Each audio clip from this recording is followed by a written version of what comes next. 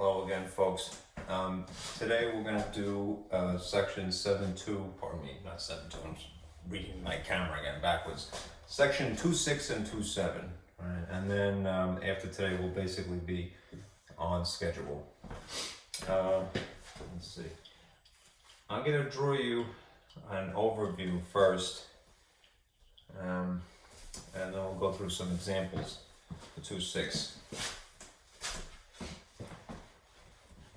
I hope it's not too dark. It's kind of a gray day here. Anyhow, muddle through. Let's see. That's in frame, good. All right, we got, this is section 2.6 firstly. Rational functions.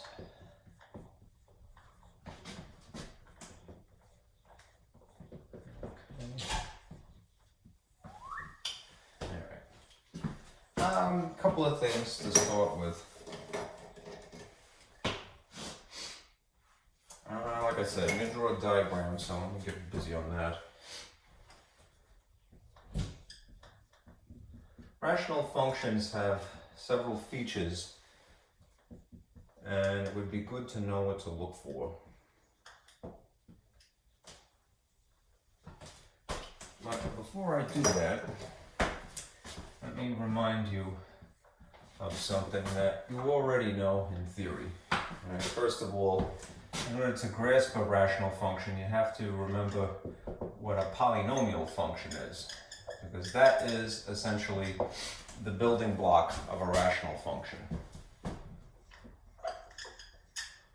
A polynomial function, remember, is the sum or difference of this component, this term, this chunk, if you will. Something that is comprised as either just one example of it, or several terms of the model, a coefficient, a variable, and an exponent. And the exponent has to be non-negative. Which simply means not negative, and an integer, meaning that it is a whole number. So for example, 0 is totally cool to have as an exponent here, or a positive 1, or a positive 2, or a positive 3 into infinity. But no negative numbers, all right? Because you probably remember, if you had a negative exponent, that's really an abbreviation for a fraction. Right? And similarly, no fractions as the exponent. It has to be an integer, a whole number essentially with a sign. As for the coefficient, up in front, this has to be real. Right? Anyhow, do remember that because a rational function, let's call this an example of our rational function, is really just a ratio of polynomial functions. Meaning, if you saw one function sitting on top of a second function, that would be a rational function.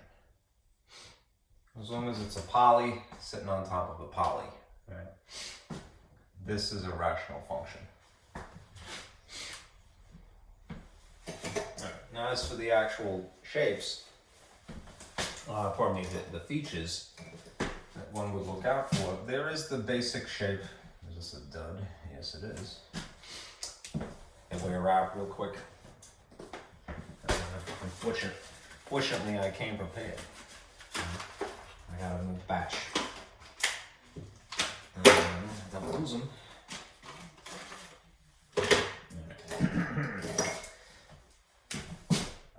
Let's start this.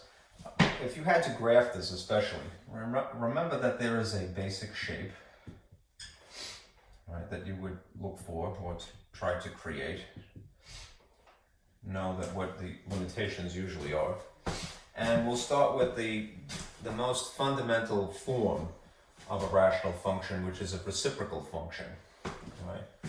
something slimmed down to no worse than having the variable underneath a 1. All right, you could have a more complex numerator, you could have a more complex denominator, but this is the most basic incarnation of this.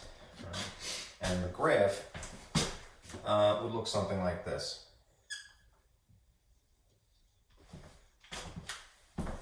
You would have these curves that run seemingly between, well, in the first quadrant and in the third quadrant, like this. And the truth is, what is interesting about the rational functions and about the reciprocal function, because that's what this is also referred to as, is that it has these boundaries that run vertically and also horizontally. Provided this shows up on camera, I'll do it like that. This dashed green line is a horizontal asymptote, which you can think of as being an imaginary boundary. In the most basic form of this, again, the reciprocal function, no plus or minus, no extra features, as in the case of a transformation, you would have this horizontal boundary running right along the x-axis. I don't know if you can see that, so I'm going to change my color. Make this a little bit darker.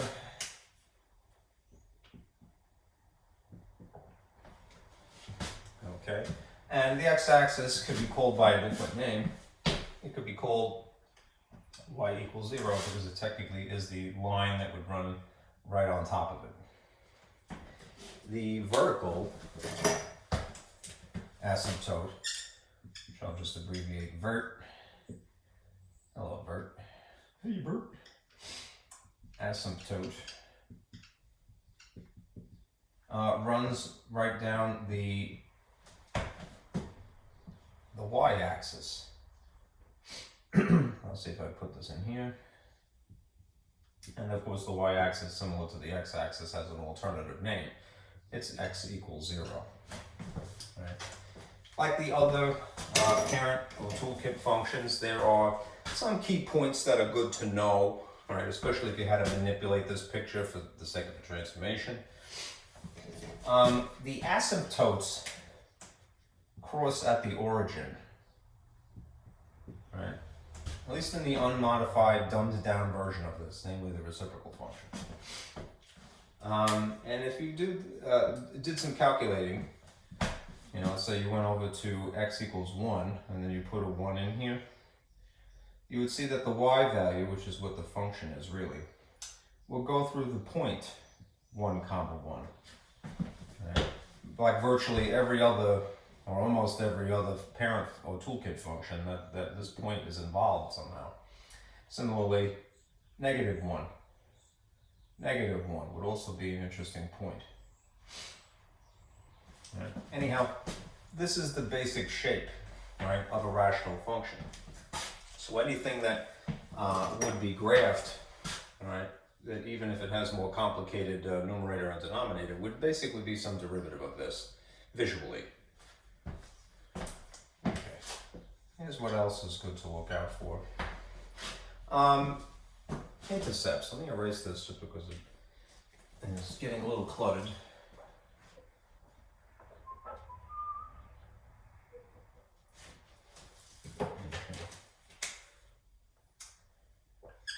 There are intercepts that you could look for, and it basically follows the same process as any other function. Intercepts, being x and y, are really easy to find. How come? Because they involve just using the number 0. And as anybody knows, 0 times 0 is 0, and 0 added to something doesn't change the thing, whatever it was. So it's really super easy to use.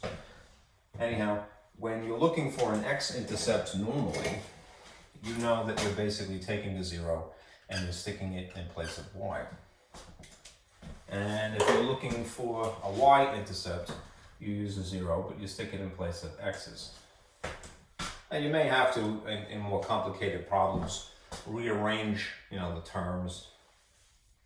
But, all right, it still boils down to doing that, using 0, multiplying a lot of times, and it simplifies rather easily. Just remember, y is sometimes disguised, all right, in function notation. So if you see the function of x, or some other letter g of x, or h of x, or r of x, or p of x, or what have you, just realize that it's standing in place of y. Right. And the outcome of an x and a y-intercept is a coordinate pair, right? Ordered pairs. So whatever the x ends up being, it's going to be x comma 0. And whatever the y-intercepts ends up being is going to be 0 comma y. Right? You would have, therefore, a dot at this location and a dot at this location, respectively.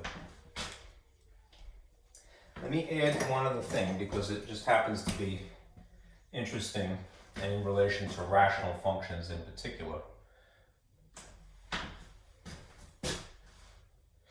The X-intercept, when you're doing the calculation for a rational function, it really depends on the numerator.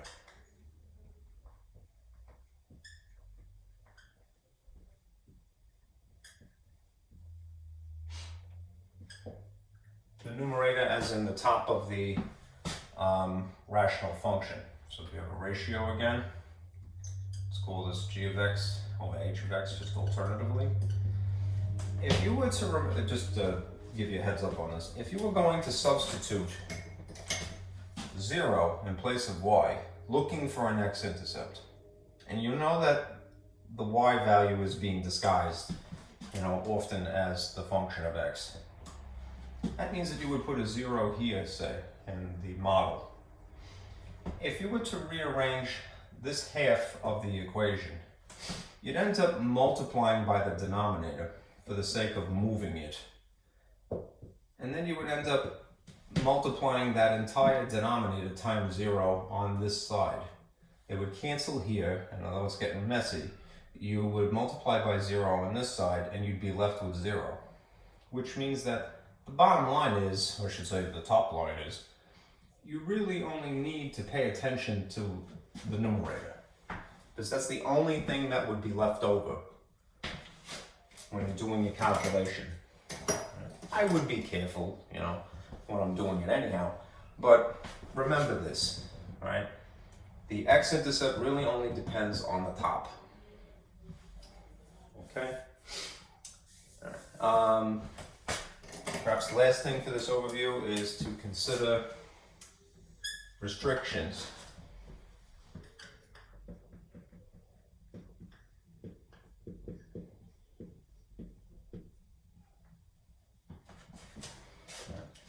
There are two types of restrictions that you would see potentially in the graph of a rational function. There are, I hope my green writes nicely.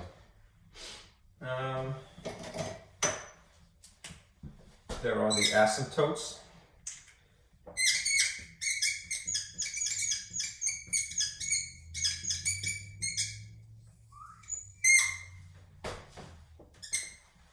Is that visible? Okay, this is on its way out, this particular marker. The asymptotes, which again are those dashed lines, which represent boundaries, either a vertical asymptote or a horizontal asymptote, a place where the graph is basically undefined.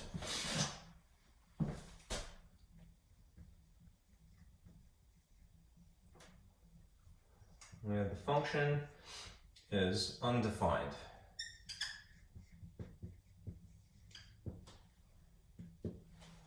And then there's this other characteristic, which has a peculiar sort of name, and I'm going to squeak this in here, forgive me. They're called removable discontinuities.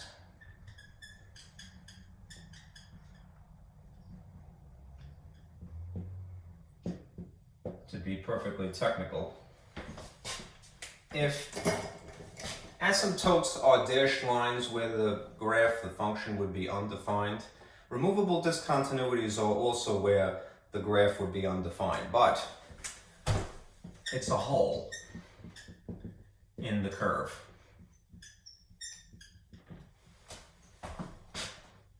Okay.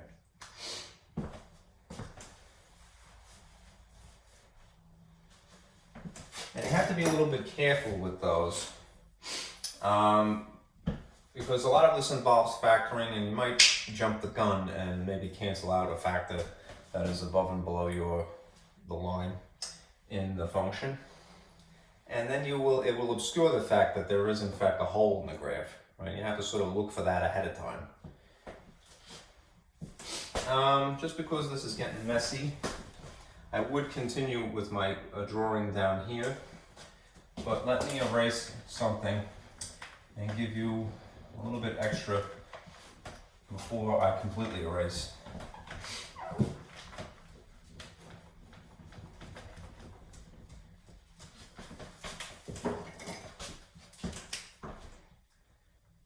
There are, as far as the asymptotes are concerned, I mentioned this already, vertical asymptotes and horizontal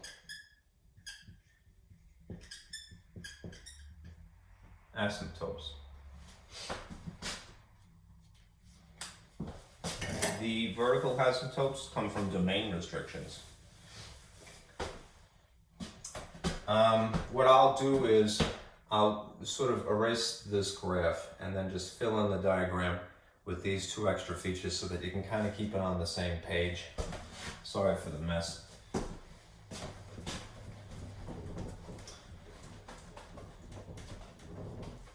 I'd like to keep the overview all in one place if I can help it.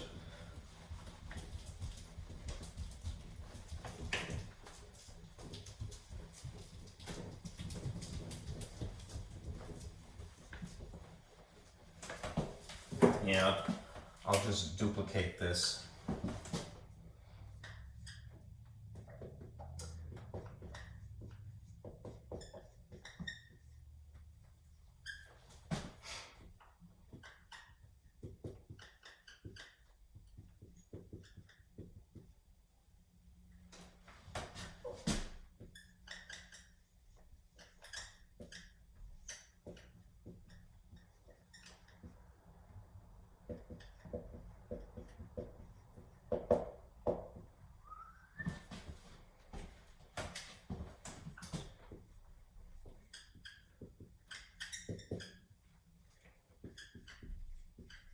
We'll do a couple of examples in a few minutes, but I want to complete this thought.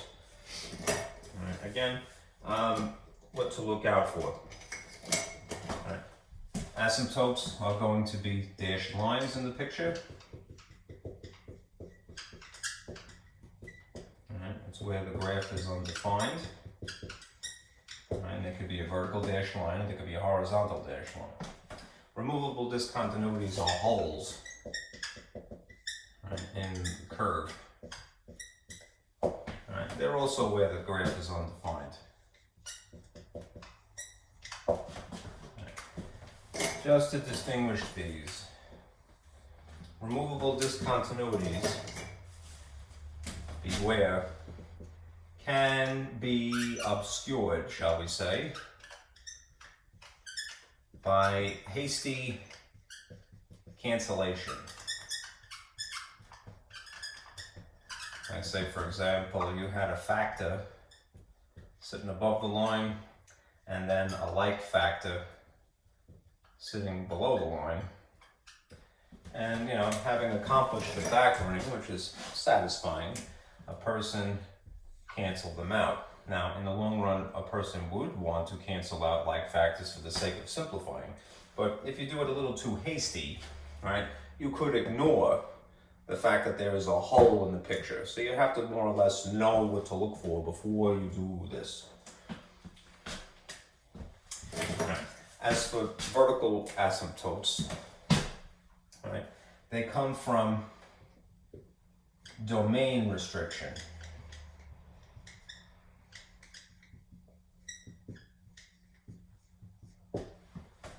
So that means that if you're talking about a rational function,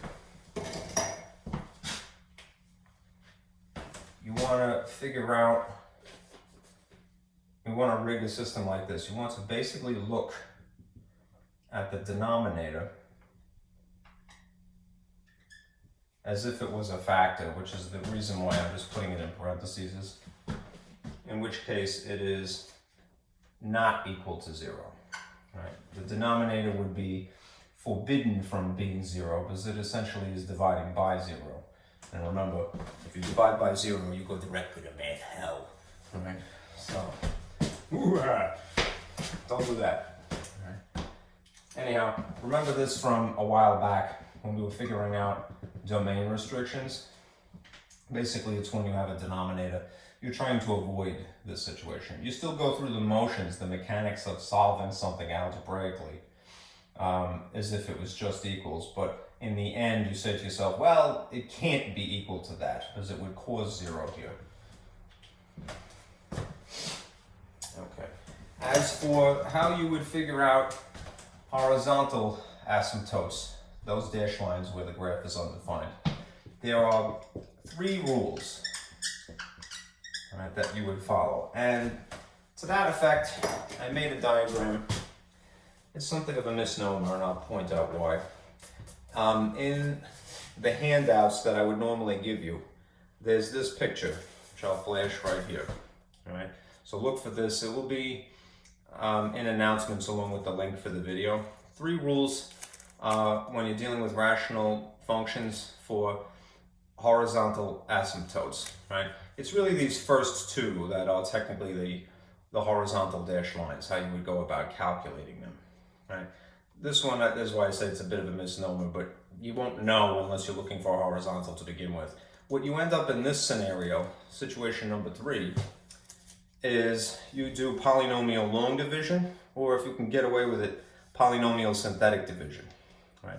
And then you end up with something that is basically a diagonal line, right? They call it a slant asymptote as opposed to a horizontal, right? And it still behaves according to the model of y equals mx plus b. It has a slope, it has a y-intercept if it's a diagonal line. Okay, so try to print that. And now, let's do some examples. The only thing I would add to this is it would be good to remember also transformation model.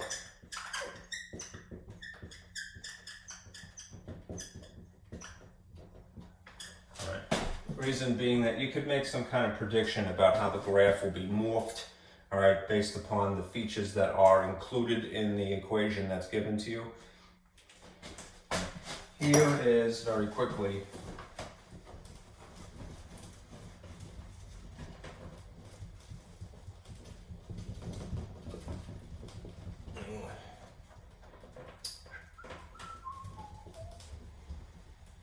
here was the old model for transformation.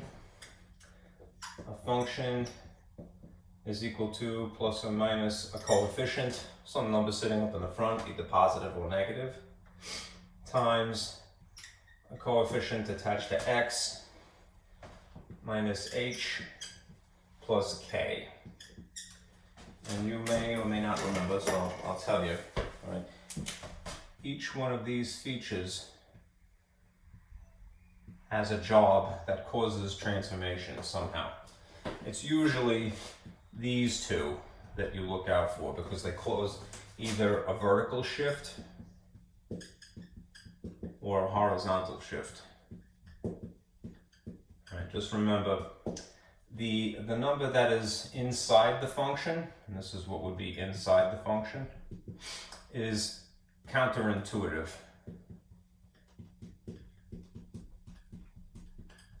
So if you saw a negative number sitting here, like -3, instead of normally moving left when you see a negative, it's counterintuitive. So you'll move right, you'll shift horizontally towards the right instead. Thankfully, the vertical one is normal. And aside from a reflection, these 2 things, the the vertical stretch factor or compression factor or shrink, and the horizontal stretch or compression or shrink factor, they don't get used as often.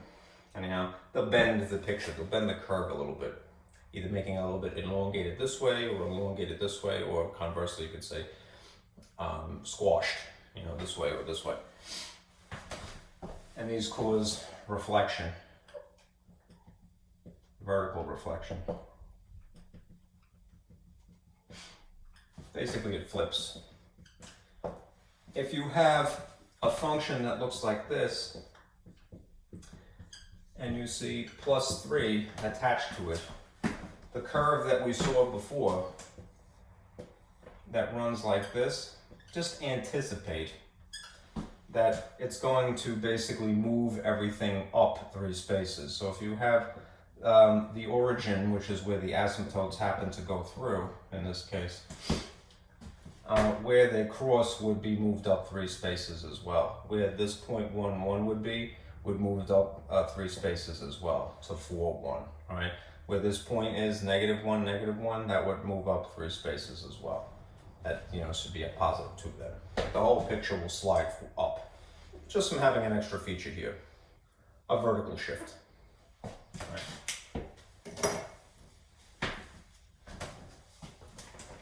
All right.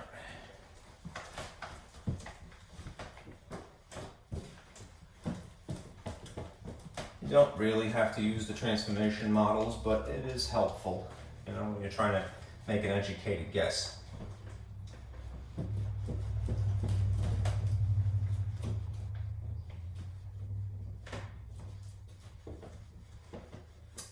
You know what, I want to get something, so I don't want to turn up the camera, so I'm going to just run upstairs for a minute and I'll be right back.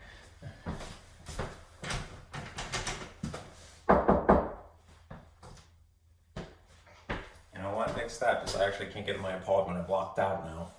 Mo! She locked the door. That's hilarious. Oh well. What I wanted to get was basically my graphing calculator to show you. Now I know normally the conditions of the class are that they say, well, you're not allowed to have a graphing calculator, but I think that we're in a brave new world now anyway. All right. I'm gonna bring the doorbell because it's the only way I can get my sister's attention.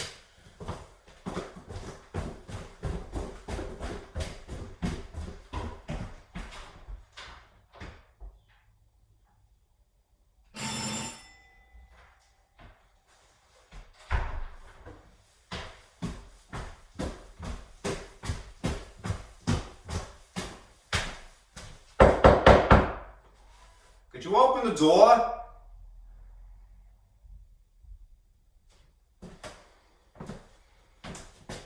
I'm sorry. I locked myself out. Oh, I'm sorry. That's my fault. I don't know.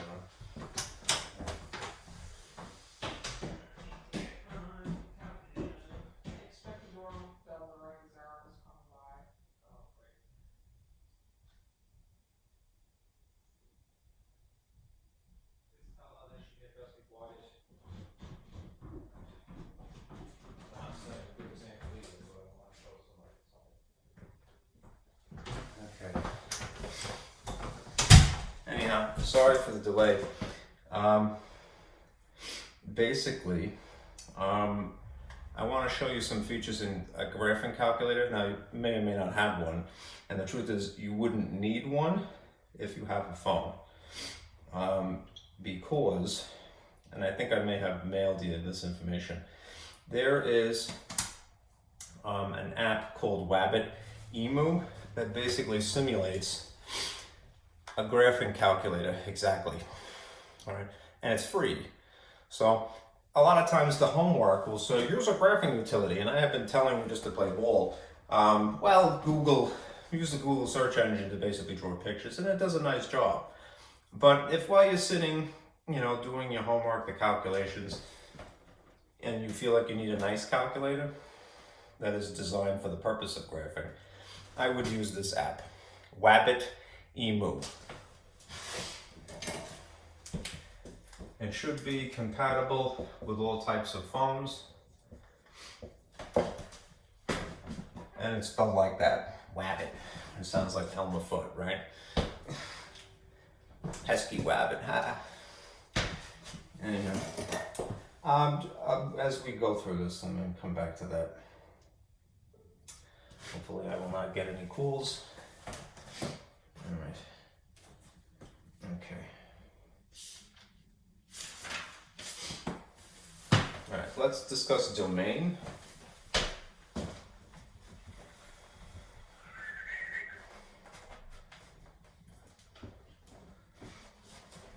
So let's see. All right, if you were given this function,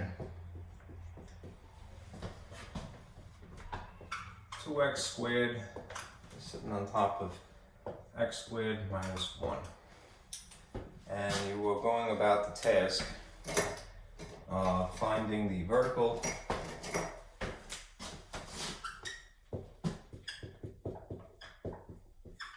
and horizontal asymptotes. I just abbreviated imp.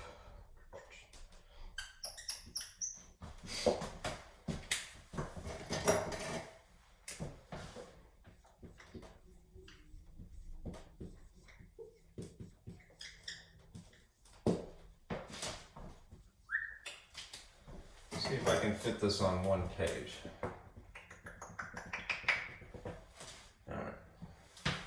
Alright. Let's see. Step number 1.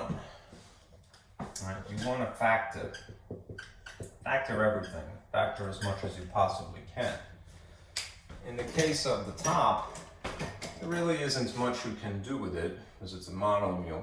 If you wanted to, I mean, you could separate out the number from the letter, but it's not going to do much more than that, and I would leave it alone. It's more interesting in this example to try to factor the bottom. And bear in mind, this is really the difference of two squares. So it's going to factor that peculiar way. Essentially, what you'll get is this. Even if this stays the same, this is going to factor into two binomials, x and 1 and 1. Because it doesn't have a middle third term, one of these will have to be positive and one of these will have to be negative to induce a cancellation effect. Okay? X plus 1, x minus 1 produces the difference of these two squares. Just so happens that the 1 is really disguised, all right, as something being squared. Okay. Now, step 2 is that you're going to set, I'm going to use an abbreviation here, the denominator factors equal to 0. So if you see, the reason I'm putting the abbreviation for the word denominator inside parentheses is because I'm trying to illustrate that you have established factors. Now, it may not necessarily be 2 every example, but in this case we do. Right? Just set those equal to 0 because the vertical asymptote is really dependent upon that.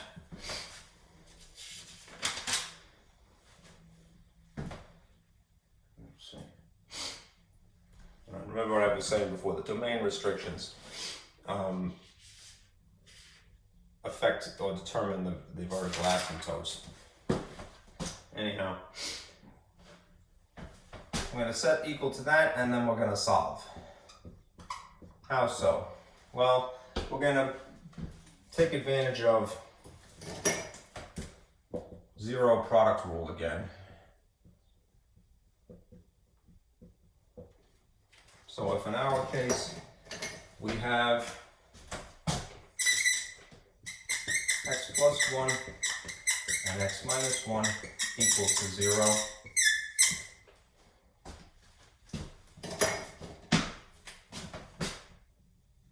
according to the zero product rule, which is giving a name to something you would take for granted anyhow, maybe this chunk of this equation is equal to 0. Maybe this chunk by itself is equal to 0. Maybe both of them simultaneously. But assuming that, we could write these two smaller equations and then from them, infer what the x values ought to be. Now, just to go through the motions, it's a matter of moving 1 over equals, so you subtract, in which case x is equal to -1. And in this instance, it's a matter of moving -1 over equals, so you add 1. There's a cancellation effect in both cases. You get x is equal to +1. In this unique problem, we're going to get 2 vertical asymptotes. Just interesting. And bear in mind, normally when we're using the zero product rule, when it comes to polynomial functions, it's to find zeros, right, which is a coordinate, right? If essentially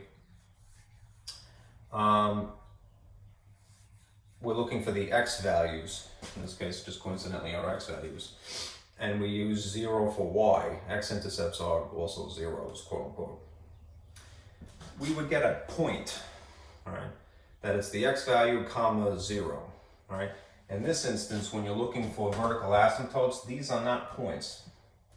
These are 2 dashed lines. So you're done, basically, when you got it to this point. You figured out the location, roughly, of where a vertical line would stretch. Right? We can't do much more with it at this point. So I'm just going to erase this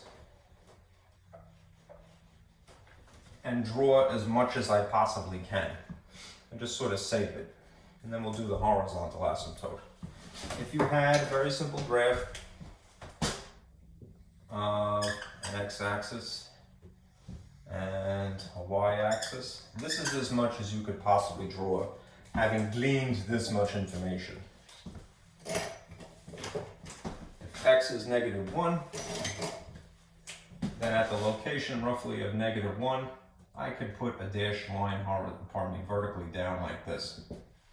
And at the location of +1, I could put similarly a dashed line vertically down through +1.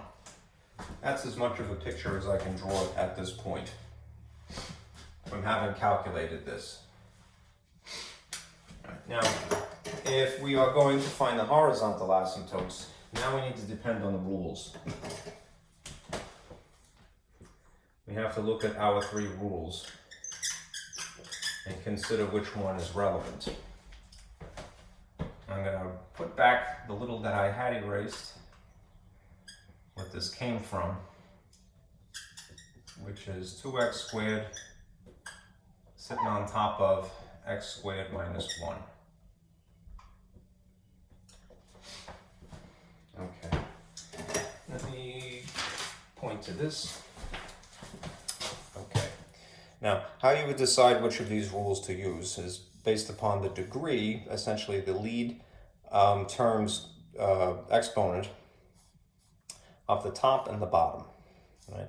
If the top degree is less than the bottom, then you're going to follow rule number 1, in which case you don't really have to do anything. The horizontal asymptote is pretty much where it would be along the x-axis, y equals 0 by another name. If the degree of the top is equal to the degree of the bottom, then the horizontal asymptote comes from this calculation, basically just dividing the lead coefficient of the top and the lead coefficient of the bottom, i.e. the number in the front divided by the number in the front. That'll tell you y equals. Whatever that turns out to be, that's where you put a horizontal dashed line. That's basically what's going to happen in this case. Because if you're paying attention to just the exponents, the degree here is 2, and the degree here, coincidentally, is also 2. So therefore, we're going to go with rule 2, just coincidentally, it's the same label. So, this is rule 2. We're going to divide the top degree, the top coefficient by the bottom coefficient. So we look at the exponents. to see if they match or if there's a difference between them.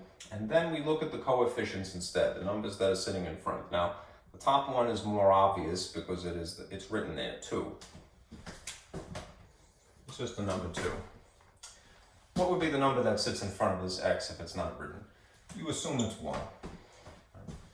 So that's the bottom lead coefficient. And then you do the division, of course. What's just 2 divided by 1? 2. So at the location of, or along the line y equals 2, you can now put a dashed horizontal line. I'll put this in a slightly different color, and hopefully it's legible. I'll erase this.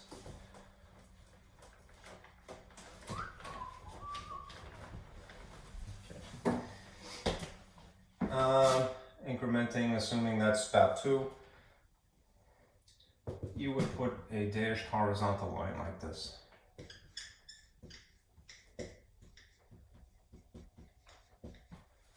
This problem is interesting just for the fact that it happens to have 2 vertical asymptotes. That's simple. Alright, going through this process again, the only thing that you could really do for sure is decide where the boundaries are, right? You would have to go through more procedure to actually draw the curves with any kind of certitude. Right. Basically, to flesh out the rest of the graph, right, we would have to try to find other key points like the Y-intercept, the X-intercept, or maybe some test points, which we're going to get into. All right, just to not leave you hanging, all right? This is the way the picture would end up looking. Right? We didn't go into how to get these, but you would have that similar looking reciprocal curve here and here in this case. And then there would be sort of an upside down U shape like this. Again, there's a process for that. We just haven't gotten into it yet. We'll go into it in a few minutes. I just haven't gone into it yet. Okay. Anyhow, let me show you something again. If you happen to either have this type of calculator, which I don't see anything wrong with, all right, or you have the app incarnation of this, again, Wabbit Emu. Let me show you what you would do to graph this picture. All right. Basically, I must have been messing with this. Quit. Okay. You would go to the button where it says y equals, and then I would have to clear out what I have typed in here. And proceed to enter what was the function. So if the function was originally this, 2x squared sitting on top of x squared minus 1.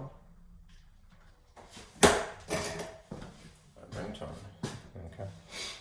You would type 2, and then this button up here, where you see x, where my finger is pointing, tau, theta, n is what those are called. It's preset to x, you don't have to change anything. And then you would square it. There's a couple of different ways you can square something. There's this upward pointing arrow here, it's called caret, and you could use that to get any exponent, but you could just also kind of cheat. This button that says x squared over here will automatically put a 2 there.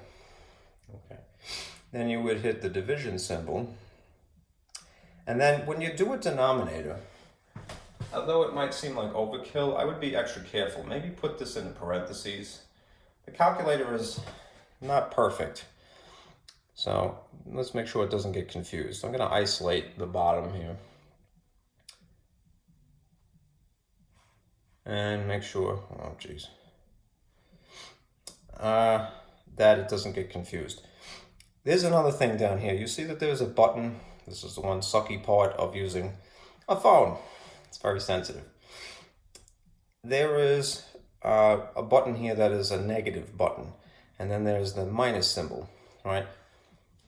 Unless you're talking about putting a negative on the front of a number, don't use this down at the bottom here because the software gets confused, right? Just use regular minus when you need to. And then put a 1, and I'm going to close it. Okay. And although I had been messing around with this, I may have to change the settings. If your calculator is fresh out of the box, you really wouldn't need to do this, but I'm just going to hit graph. And it's not going to draw the picture because I messed with the settings. So there are these two screen settings here. Think of them as sort of like the automatic and the manual transmission of a car, right? Window is forcing the graph to appear in a certain way. Zoom is an automatic, right? You'll have some choices in here. I'm going to go for 6, Z standard. There you see the picture. Okay, kind of cool, right? Again, if you just got this, just downloaded or you just bought it, you don't have to change any of the settings. I have to because I've been using it. But again, if you see anything that says, hey, use a graphing utility, don't feel bad about having the app, you know, or borrowing somebody's calculator if you happen to have it. It's silly at this point not to have it, if I may say so. All right, the task of the last problem was just determining the asymptotes, right, for vertical and for horizontal, respectively.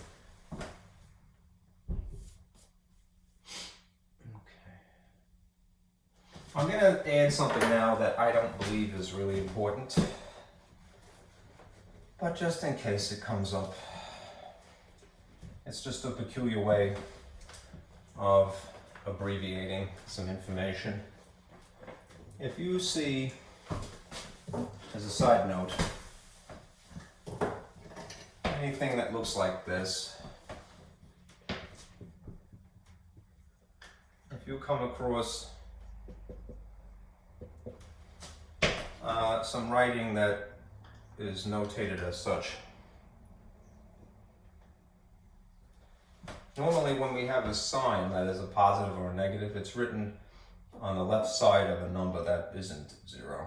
So it might seem a little peculiar twice that you see a negative at all attached to 0 and it's on the opposite side of what you'd expect. All right. How you should read something like this if you ever come across it.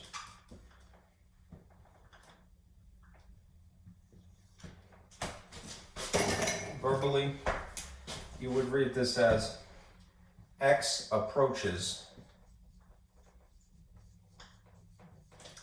0, and then you refer to the sign here. If the sign is negative, it's approaching 0 from the left.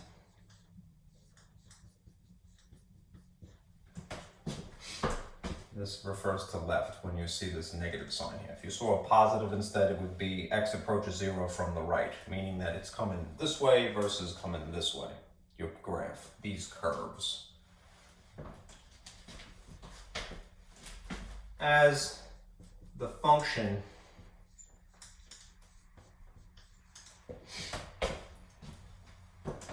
decreases without bound.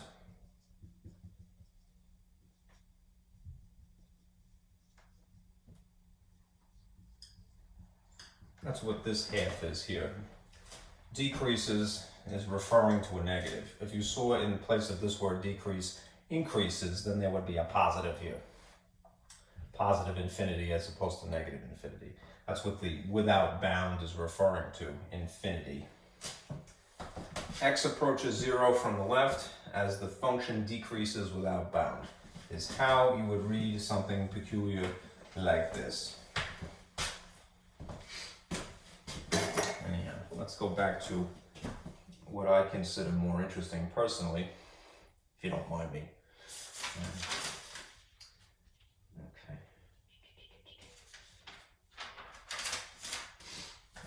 Let's see.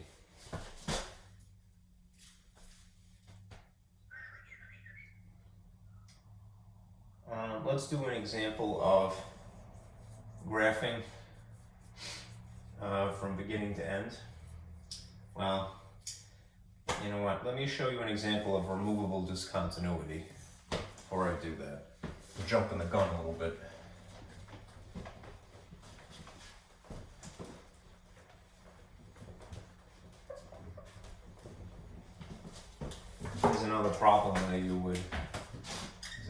find vertical and horizontal asymptotes. But you'll have a more complex function. So you had x squared plus x minus 2, and it was sitting on top of x squared minus x minus 6. Okay.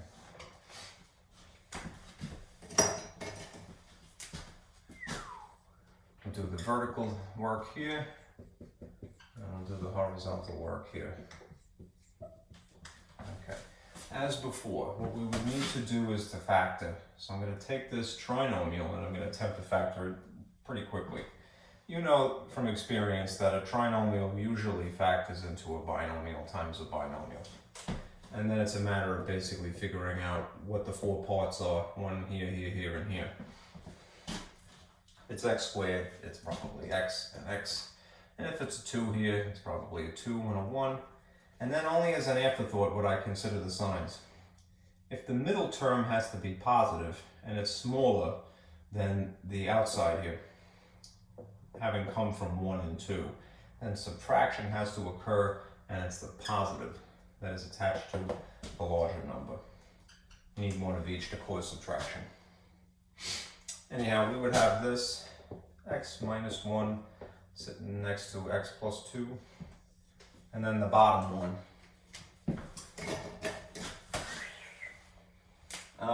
X squared, it's probably going to be x and x, and 3 and 2. In this case, notice that we're going to have a situation where we have to subtract again to get a smaller middle term. What causes subtraction? One of each sign. If you want the outcome to be negative, the larger magnitude number, 3, in this case, has to be the negative, and that would be the positive. Now, as you can see, what you end up with is an instance of having like factors. X plus 2 and x minus 3.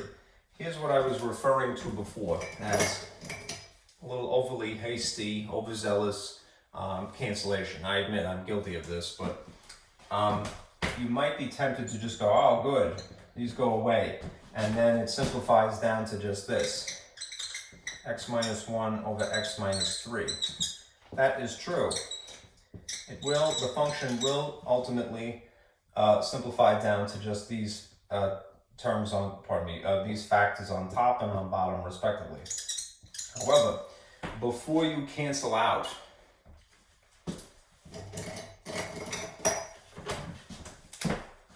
before canceling,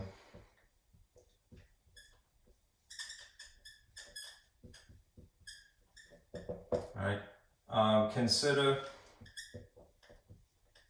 the removable discontinuities.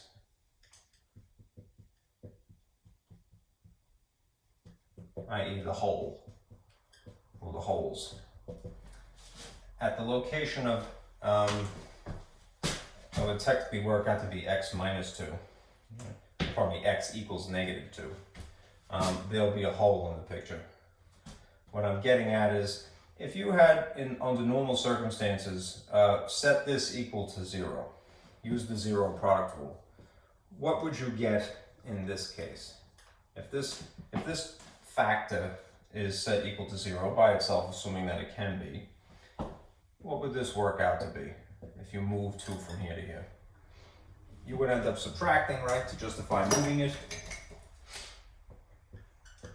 And then you get, at the location of x equals negative 2, that there's going to be a hole in the curve.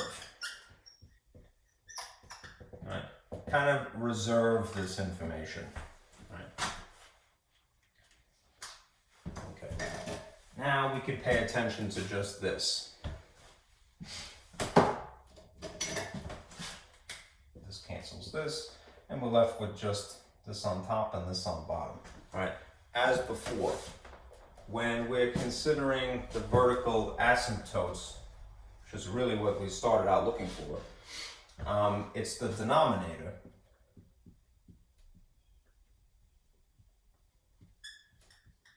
not equal to 0. We're going to still basically work it through as if it was, all right? But this is what we would have to consider, the domain restriction, since this is in a denominator. We really can't have a 0, it would be undefined there. So I'm just going to put the no smoking cross out to make it legal. Anyhow, we would do this much of the calculation. We would take that x minus 3 and do this. Acknowledge that it would be undefined, and then go through the motions. Move 3 by adding, and then establish that there is basically a dashed line through this x value, through x equals, not equal to positive 3. Okay, insofar as the graph is concerned, this is as much as we can establish. A simple graph would look like this. There's an x-axis, here's a y-axis. Somebody lost my cap. The devil did I do that?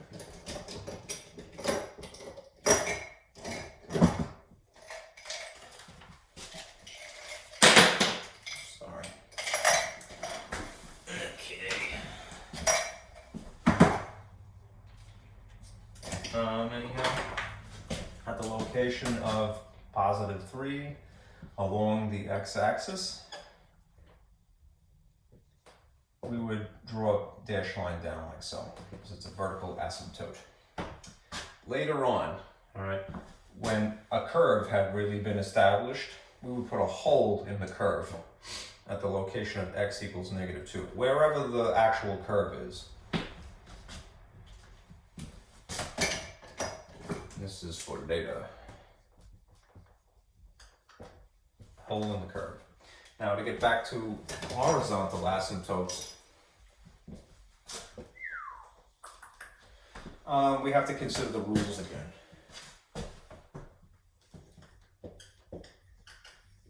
Okay. If this was the original function, pre-factored, x squared plus x minus 2, and x squared minus x minus 6. I keep losing my cap. I keep doing this. And I have to put the caps back on once they dry out. Let's consider what rules we have. We either have a situation where the top is less than the bottom degree, top degree, or we have a situation where the top degree is equal to the bottom degree, or the top is greater than the bottom degree. Again, I'm going to refer to this page here. This is where the information is coming from. Our top is less, top is equal, or top is greater by the amount of 1. By 1. In this situation, degree here, it's already in descending order. It's in good etiquette math, if you will. And the degree here is 2.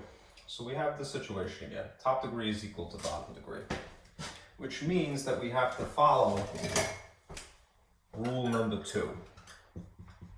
We're going to basically divide the top coefficient, lead coefficient technically, by the bottom lead coefficient.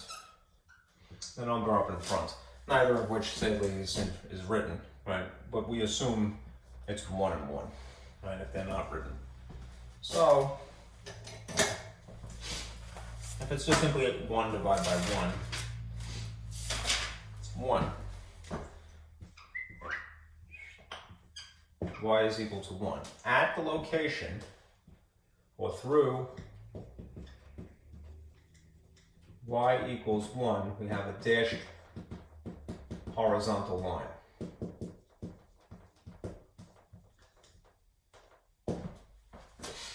So if we move up here one space rather than along the x-axis, we have a dashed line like this. It's probably going to be, since we didn't find any x-intercepts, I didn't do the calculation, or do any test points yet, it's probably going to be a graph that looks like a curve this way, and a curve basically this way.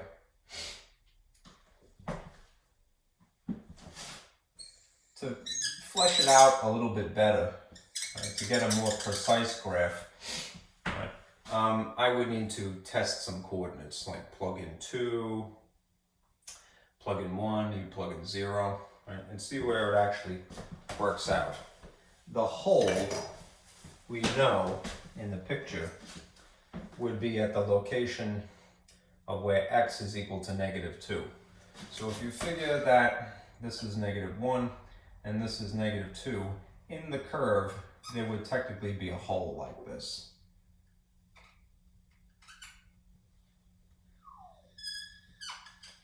Again, to get a more precise graph, I really should do some test coordinates in here to figure out where this is exactly crossing the y-axis, where it is a y-intercept, and so forth. But we're not there yet, all right? I just want to make sure that you're clear. This is a hole because it is undefined at that location, x -2. Again, if you needed to, if you had your calculator, you could simply tell it to graph the picture for right now. This is a little bit dark. You hit y equals, and then you would plug in whatever unique thing you have. Looks like I did it already.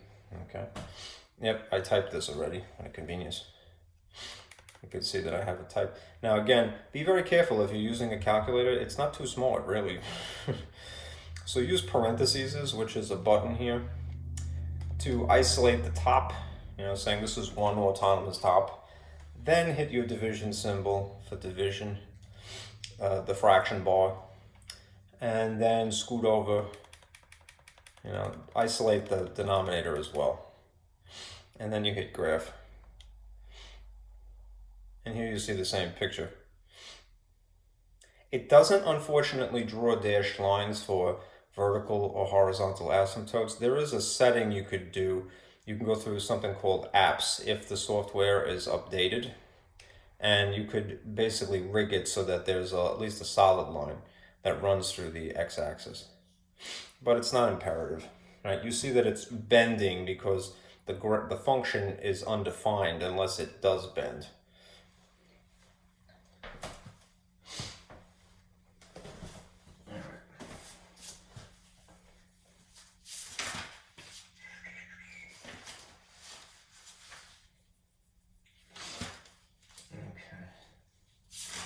Now let me give you an overview of pretty much every step that you would go through if you really want to draw a nice picture from scratch. I may have to turn the light on just to get around the dark. Rainy out.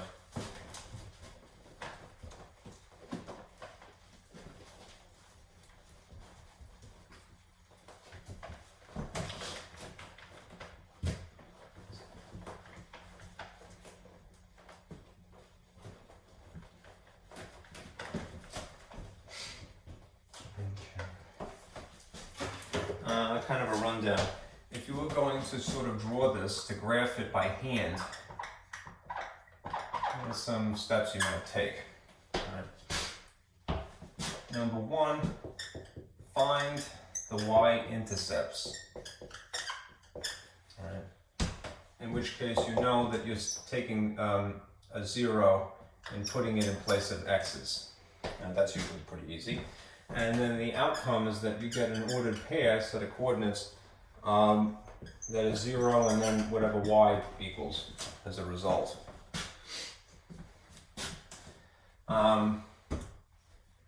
Another way of notating this would be the function evaluated at 0, because that's where the x normally is. And y is the function. The whole thing. Okay. Step number 2. You want to factor the numerator and denominator, respectively, the top and the bottom.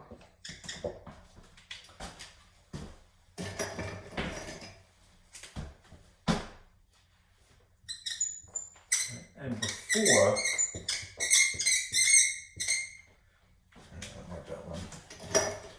it doesn't like me either. Before canceling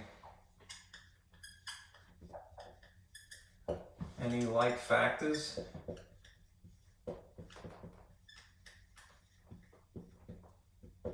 which is, something above and below the line, whether diagonally or directly above and below. Right. Note any holes, removable discontinuities.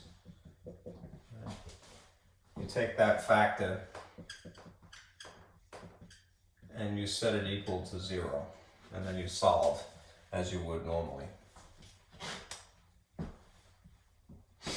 Okay. Green. Okay. Number 4. Find the vertical asymptotes. How so? And then draw them, of course. You take the denominator in the form of a factor,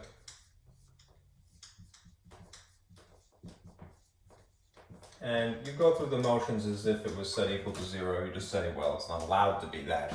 So you put the no smoking cross out.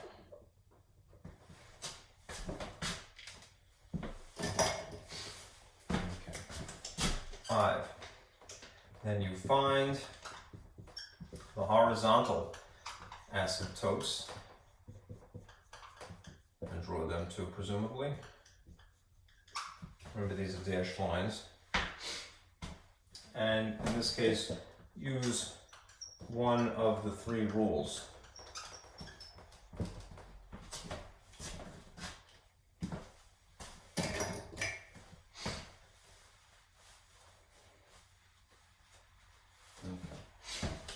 Now finally at step 6, and that's the crummy one. Okay.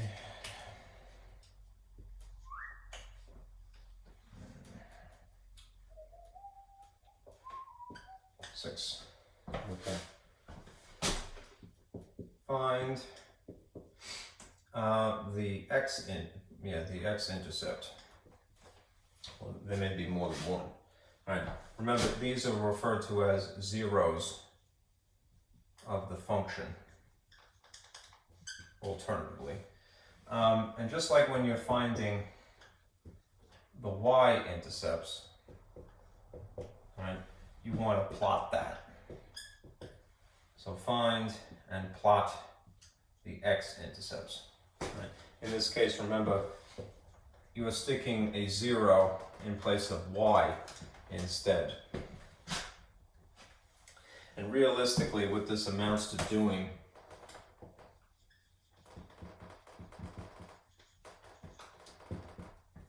is that you will have to deal with just the top.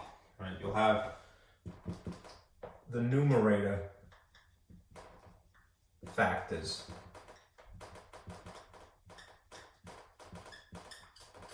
to set equal to 0 and then solve as you would rearranging that.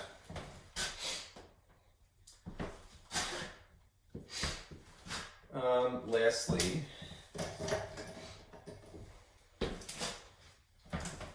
to get even a more fine featured picture, you might plug in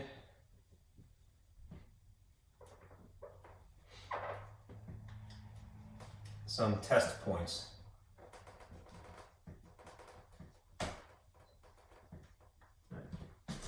this will flesh out the drawing. Uncertainty.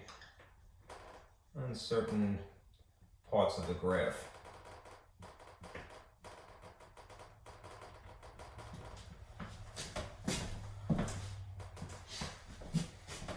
Okay, that's a general overview, right? It's a little messy, sorry. I apologize. So let me just make this a little bit more obvious by drawing lines here.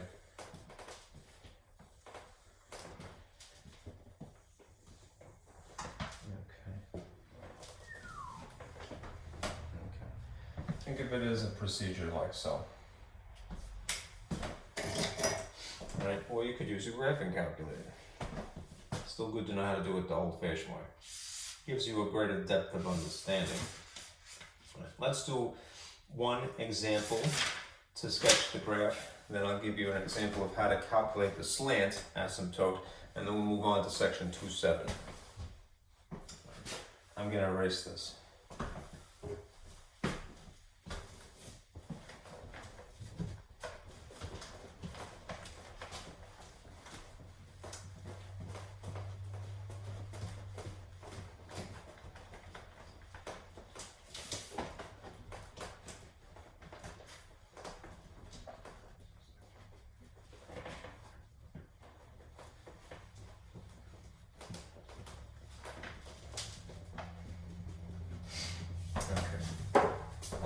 Let's see. Here's an example of sketching. A rational function.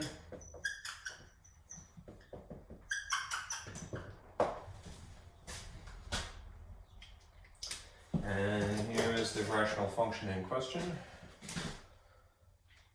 Let's see. Make this black.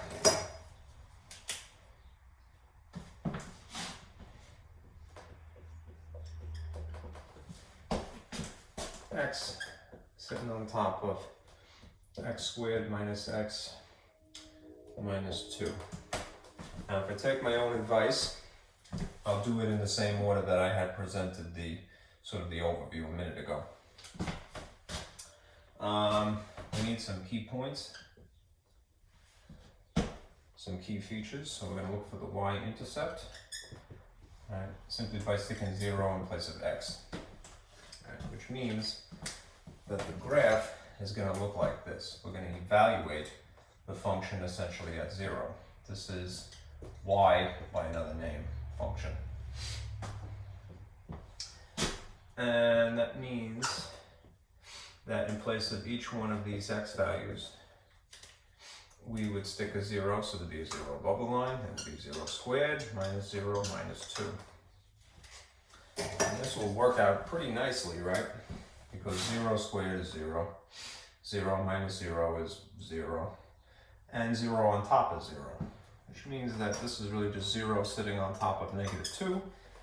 As long as the 0 is not in the denominator, and it doesn't work out that way, this is perfectly fine. This is normal division. This is dividing into 0 rather than by 0, in which case you get 0 as an answer. So if I use 0 for x, and it essentially spits out 0 for y, all right, do remember that it's a coordinate, it's a y-intercept. So we have this dot, the origin, 0, 0, right off the bat. Save that. Okay. Next thing is we're going to factor, because that's useful for multiple reasons. And put this in a different color perhaps. If this is the function, and I factored it, the top is just x, not much you can do with that. The bottom is x squared minus x minus 2, and it will end up factoring like this. X and x, 2 and 1. If I want to produce a 1 in the middle, as it would be here, then subtraction has to occur because it's going down from 2, it's getting smaller somehow. the combination of signs that causes subtraction is one of each. That is, one thing is positive and one thing is negative. If you want the outcome to be negative, the larger magnitude number has to be negative. And a good factor like so. All right, now if you notice, we'll check for holes in the curve. There would be some kind of cancellation effect if there was in fact a hole. And the way it works out, none of these factors are like above and below the line, so there are no holes because there is no cancellation.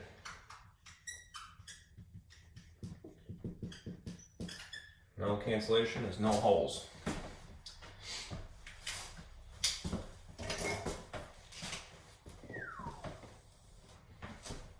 Okay. 4. This is 3. 4 is looking for vertical asymptotes.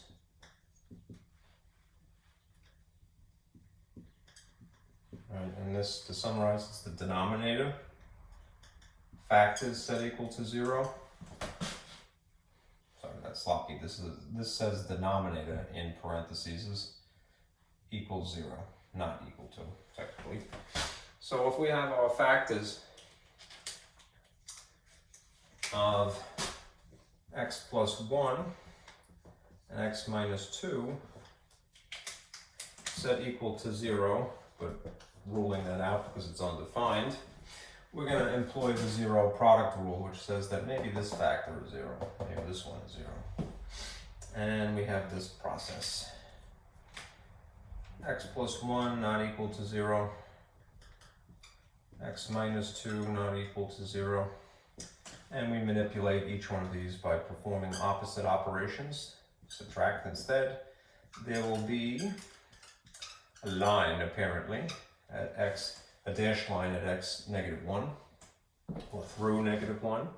And there will be similarly, cancellation effect, a dashed line, vertical dashed line, through x not equal to positive 2.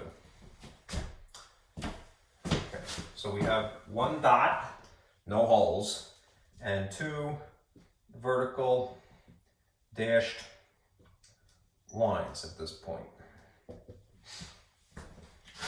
Okay, let's see if I can squeeze this in here. Let me do 5. The horizontal asymptote, which is our 3 rules. Let's see. The degree of the top here is 1. The degree of the bottom, looking at the lead term always, is 2. Therefore, what we're getting out of this is that the degree of the top is less than the degree of the bottom, of the numerator and of the denominator respectively. Therefore, this is rule 1, which means that there is a horizontal dashed line through y equals 0, the more or less normal situation.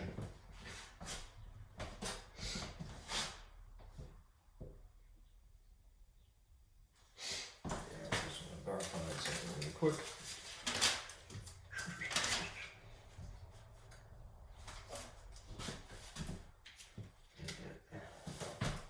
That is correct. I just have to sort of adjust something.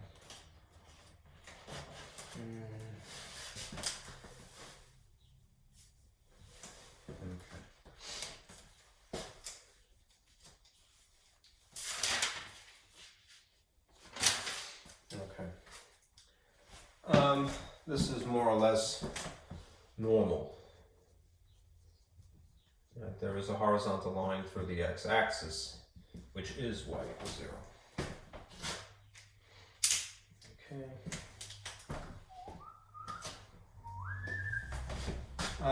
6.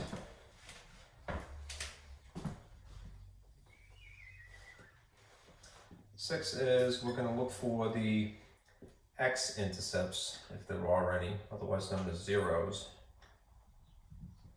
by sticking 0 in place of y. And realistically, what that means is the top factors, if there are any,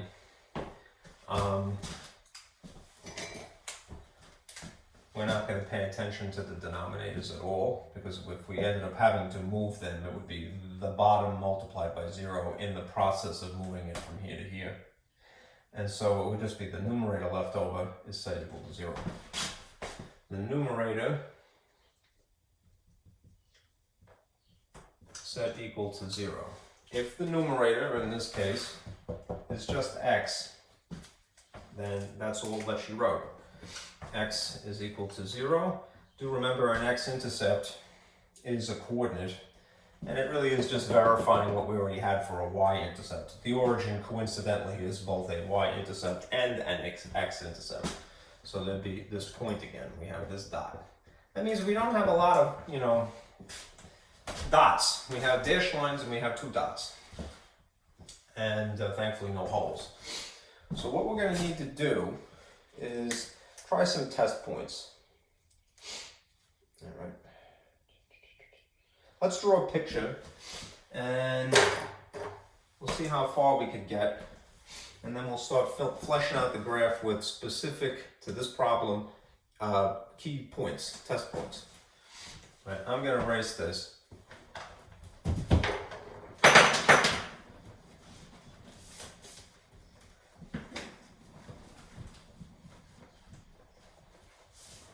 I thought it was raining.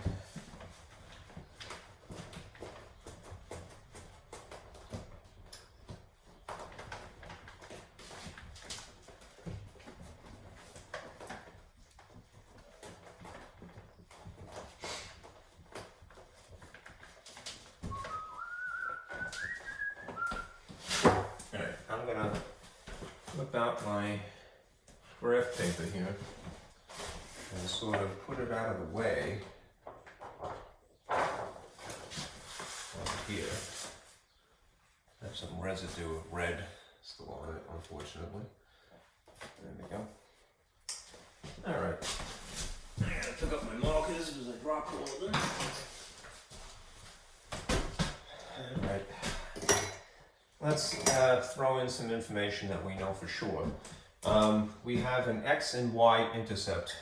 So I'm going to put this here. I'm going to make it.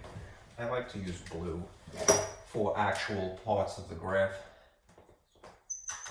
The origin 0, 0 is both a y-intercept and an x-intercept. Okay. We have no holes, good, right? We have dashed lines at -1 and +2, vertical dashed lines. So I'll put that in red.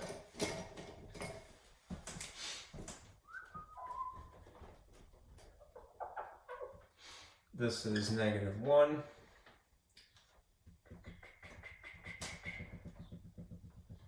And +2.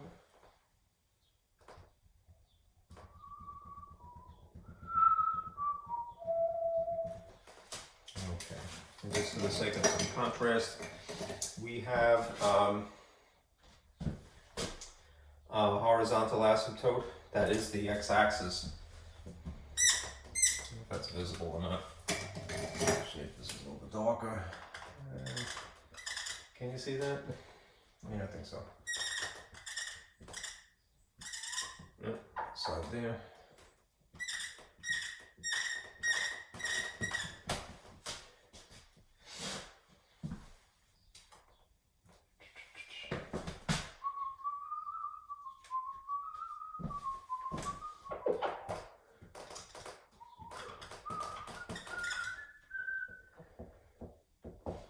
Okay, so we have kind of those goofy 3 asymptote sort of graphs.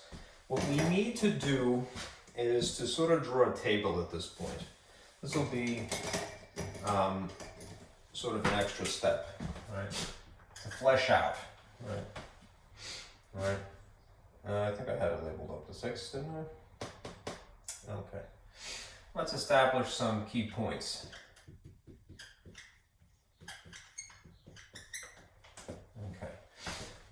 we gotta kind of think one-dimensionally for a moment.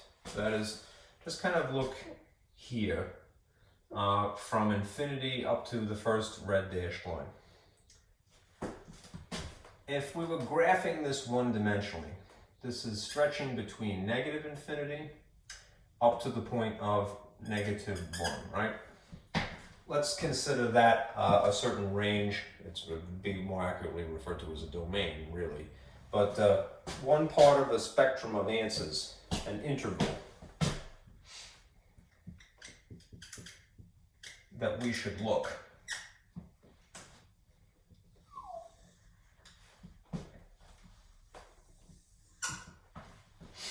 And then we'll decide some test points for x values. And then we'll sort of plug them in to establish y values. We'll put those in the function, and that will tell us a y. And then we'll have some coordinates, some extra dots to throw in. This first interval would stretch, and this is an interval notation, between negative infinity and -1. Basically, we're going to look for an x value from here to here to help flesh out a graph. And it doesn't have to be anything too complicated. Use a smaller number. Just look at where you're allowed to start. -1 is forbidden, but you could use, if you want, -2, the number right after it.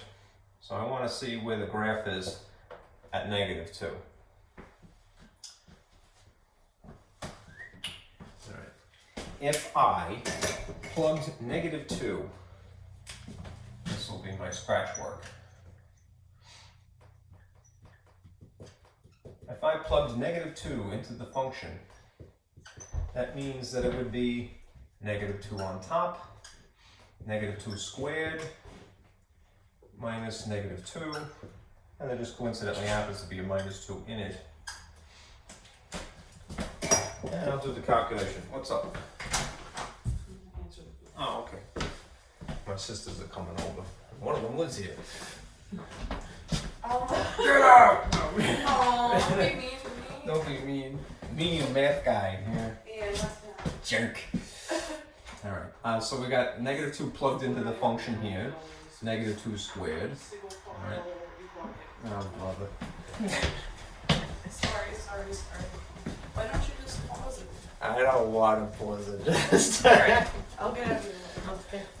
Here comes the herd. The food is here, the delivery boy. Alright, how you doing, Eddie? Sorry. What'd you guys get? I don't know, money order. For you. Is it Chinese? Finally. No, it looks like. No Chinese. Alright. Back to work. Alright. This is life. You work from home, you gotta accept the consequences of working from home. Anyhow, you guys are very patient, and for what it's worth, I miss you very much. Anyhow, -2 is not going to change on the top. -2 squared would be +4. All right, you have a double negative in this situation, right? Let's see. Let me make sure that that is correct. If this is really 4 + 2 - 2. Let's see. This is going to be really 6 - 2, which means you're going to end up spitefully with 4 on the bottom anyhow. And you have -2 on top. If you, not to confuse the negative that's part of this negative infinity here with the outcome of my scratch work, if this is really -2 sitting on top of 4, what's the y value simplified? It's -1/2. Alright? In which case, there should be a coordinate at the location of -2, -1/2. There's a dot at that location. So in our graph here, it's going to cross the point of -2, -1/2. So I'm going to put a green, I'll put another blue dot at that location. If this is x -2 in respect of the origin, then 1/2 is not quite down here. It would really be here, all right? You basically are good with that region. Now you can kind of cheat, all right? If you know that you have these curves and that we've already established a boundary this way by this green line here, a horizontal boundary, we could get away with basically doing this. You have that funny curve bounded by these two asymptotes. Okay? What we should do, right, is now consider this interval, the middle sort of chunk here. Where is that stretch? And again, think one-dimensionally, right, just in terms of the x-axis, really. We're picking up from the location of roughly -1, and we're stretching in this very narrow region here over to +2. So in this interval, written in interval notations, that's important, -1, +2, we're going to consider another test point. Right? And a test point, we already have 0, 0 already considered. Maybe use a fraction if you like. Like just after this point. I'm just going to illustrate this. That's the origin. Let's maybe use, you could either use 1/2, there's no sin in that, but let's just say we went with 1/2 here, or even down here, I'll use a -1/2, and then I'll also use 1. I'll use these two, just in behind the origin, the dot that we have established, all right, and just in front of it. So I'm going with a -1/2 just coincidentally for the x value, just because it's really tucked in here, right? And I want something just before that point and maybe just something after it. So I'm going to use -1/2 for my test coordinate, test x. If I go back to my scratch work, what happened? Oh, sorry. There goes my groove. Nope, that's not cool. Put this back. I should get a clip. In fact, that's still might.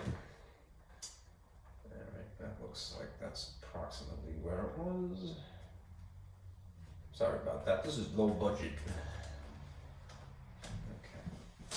Okay. If I went back to my scratch work here, and in place of the x value, I stick -1/2 fraction, which is kind of crummy, I admit, but we need it in this case. What you would see is this. On top, I would have to insert a -1/2. In place of the x that would be in the front down here, -1/2 squared minus -1/2 minus 2. That's how it would work out. What I'll do is go through the mechanics of it. Let's see what we get. The top can't be any more simplified for right now. The bottom has a lot of work to it. First of all, if you're squaring a fraction, that's negative, right? It's gonna end up becoming positive, right? And the square is applied to both the top and the bottom of this. So it'll be 1 again and then 4 on the bottom. You're gonna get a quarter out of this. And then you have a double negative here, which means another positive, right? Which is 1/2, right? If you added a quarter to a 1/2, right, you would have to, in theory, upgrade 1/2 to something with a common denominator, which would be 2/4, we already know. So 1 plus 2 is 3/4. 3/4 now subtracting 2. I would again have to establish a common denominator using the number 2. I can upgrade 2/1 to so many fourths, right? So let's see. That still produces the amount of 2. It would be 8/4. 8 divided by 4 is the original amount, right, as an improper fraction. Then I have 3 minus 8, which means that the bottom, after all this junk, is -5/4. You end up with -1/2 divided by -5/4. Because it's kind of sloppy, I'm going to erase this and then just duplicate that much of it, just the top and just the bottom here.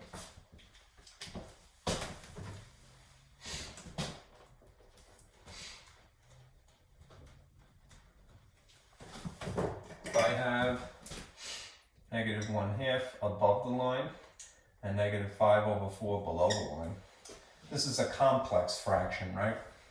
A complex fraction is a fraction sitting on top of a fraction. If you want to, you could write it in the more traditional way, which is more horizontal than, say, vertically stacked. And it will look like this. And then you would have to employ keep, change, flip. When you divide by a fraction, you end up spitefully having to multiply by its reciprocal. So keep, change, flip. Keep this, change this, flip this. You have -1/2 times, still maintain the -4/5.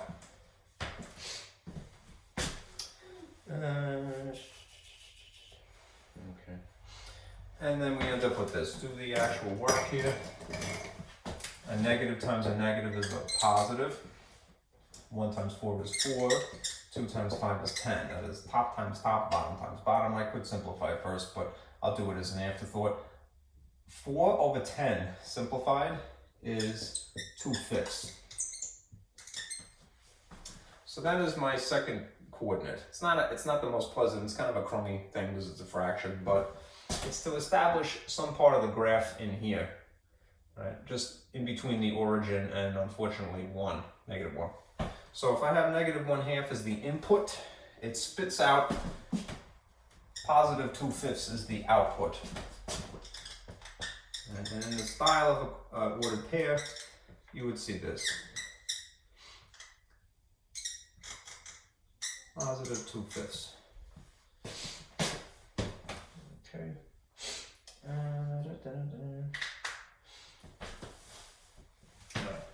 How that would look in the picture here. I'll use blue again. We have, a diagram that is sliding away.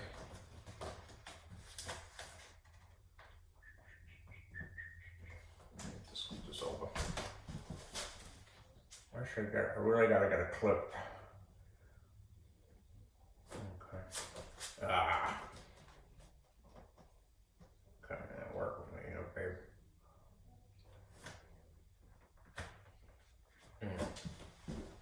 We have, sorry, Marcus here.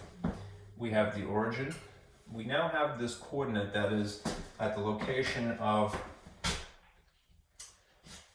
-1/2, which if the origin is 0, -1/2 would be here. And then +2/5, which means that the curve would be approximately a dot here, right? In between -1 and what essentially would be 0. It's very, very slight. I need, again, I'm going to have a little bit easier time now because I'm using +1 as my next test coordinate in the same interval. If I go back to the function and evaluate it at +1, we'll see if it goes down or if it goes up. Here is the function evaluated at +1. That means there'd be a +1 on top, a +1 squared minus 1. I don't have to put the positives, it's kind of unnecessary. -2. Okay. The way that this would work out, I should close my parentheses, being sloppy. And let's see. This would be 1. So this would be 1 minus 1 minus 2, working left to right. 1 minus 1 is 0. 0 minus 2 is just -2. You'd end up with 1 on top of -1/2. So I end up with spitefully -1/2 again. In this case, for the test coordinate of +1. And in tandem would be +1, -1/2. And just not to confuse it with the asymptote that is red here, I'm going to draw this in blue. Again, at the location of +1, because that's what I used, I would have to, in theory, go down 1/2. So I have a curve that's like this. What is basically starting to come together here is this pattern. You have a graph that is bound by this asymptote. It's going to get closer and closer and closer and never reach it. Goes through the origin and then stretches down like this. So you see that it basically goes through there, there, and there, because those are the coordinates we have established, and it stretches upward into infinity. All right. One more. All right. One more in this last interval is my dud. Okay. Don't use the dud.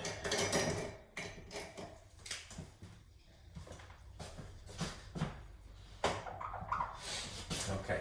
The interval, again, thinking one-dimensionally, from this boundary, which is positive 2, to positive infinity, just along the x-axis, one-dimensionally. We would have this. The interval of positive 2, where we left off basically, now is the lower boundary, comma, positive infinity. All right, just choose a whole number that's beyond that. Go with the easiest one, 3 is right after it. So I'm going to plug in positive 3 into the function, spits out a y, we get an ordered pair.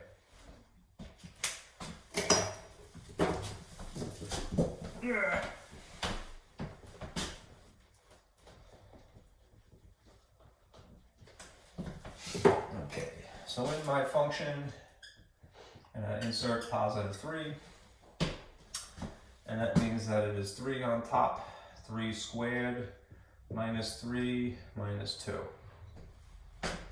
And the way the arithmetic would work out, let's see, this is 9, so it's 9 minus 3 minus 2. Order of operations would dictate that I work from left to right. 9 minus 3 is 6, 6 minus 2 is 4 again. And that means that this is 3/4. Yeah, you got a lot of crummy fractions, but that's the way it is. So you got 3/4. And it is, in fact, a positive. So there should be a dot at this location.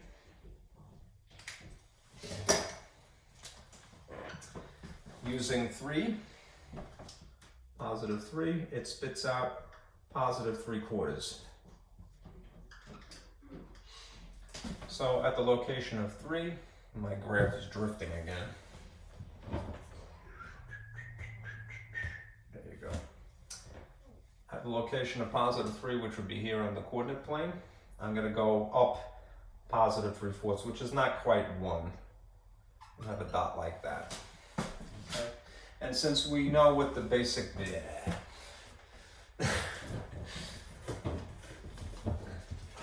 Suddenly hear the 20th century Fox orchestration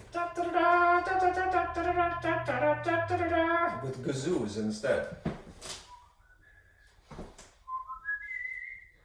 Anyhow, we know what the curve looks like.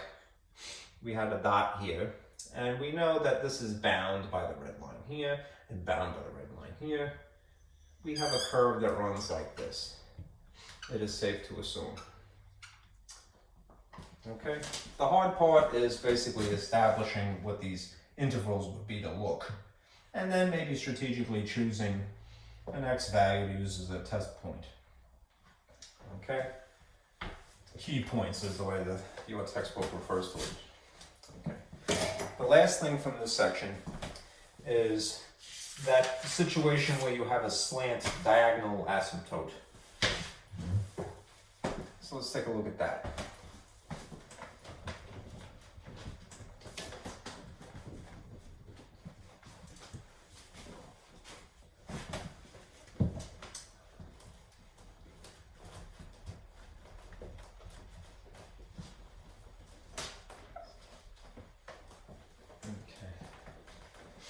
I'm going to get rid of the graph paper because I don't really need it. It's a calculation, really. Sorry, I'll put that back later. And I will invest in a clip, a chip clip or something. And I might have one somewhere. All right. If you had a function that produces a slant asymptote,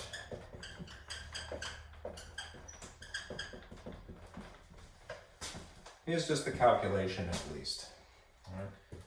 You have a function that maybe looks like this to start with. X squared minus x sitting on top of x plus 1. Okay. Now we would be at the point of considering, well, what would be the horizontal asymptote, because that's the normal situation. And we would consider the three rules. So then we would look at degrees of the top and of the bottom respectively. In this case, you see the top degree is 2. And the bottom degree, though it's not written, one would assume is 1. What that means is that the top degree is greater than the bottom degree by the amount of 1. And that is essentially rule 3, right, that we're going to employ, which means that it isn't in fact a horizontal asymptote, it is in fact a slant asymptote. I'm just going to refer to this diagram again. When the top degree is greater than the bottom degree by 1, we're going to have to employ polynomial division, maybe synthetic division if we can get away with it, to establish this diagonal line, a slant, as an asymptote. It'll be dashed, you know, is all it is. All right. So, let me erase this, and I'll try to do it both ways. Okay. We're going to perform polynomial division, which you have some experience already dealing with. Alright, I have a sheet here I'll refer to. I gave, before the apocalypse, this handout, which is a list of the procedures for doing polynomial long division, which works 100% of the time, and really of the two choices is the better choice for that reason. Or, I also gave you this, sort of a diagram for doing synthetic division. Again, I'm going to have this posted in announcements so that if you need to, you can print it out. It's this set of procedures. The thing with synthetic division is that it will work in this case, but it doesn't work 100% of the time. It's more trouble than it's worth. You can force it to work if you really want to, but it's more trouble than it's worth. So we'll do it both ways. Let's do long division, and then we'll try synthetic division as an alternative, as it just technically would work in this case.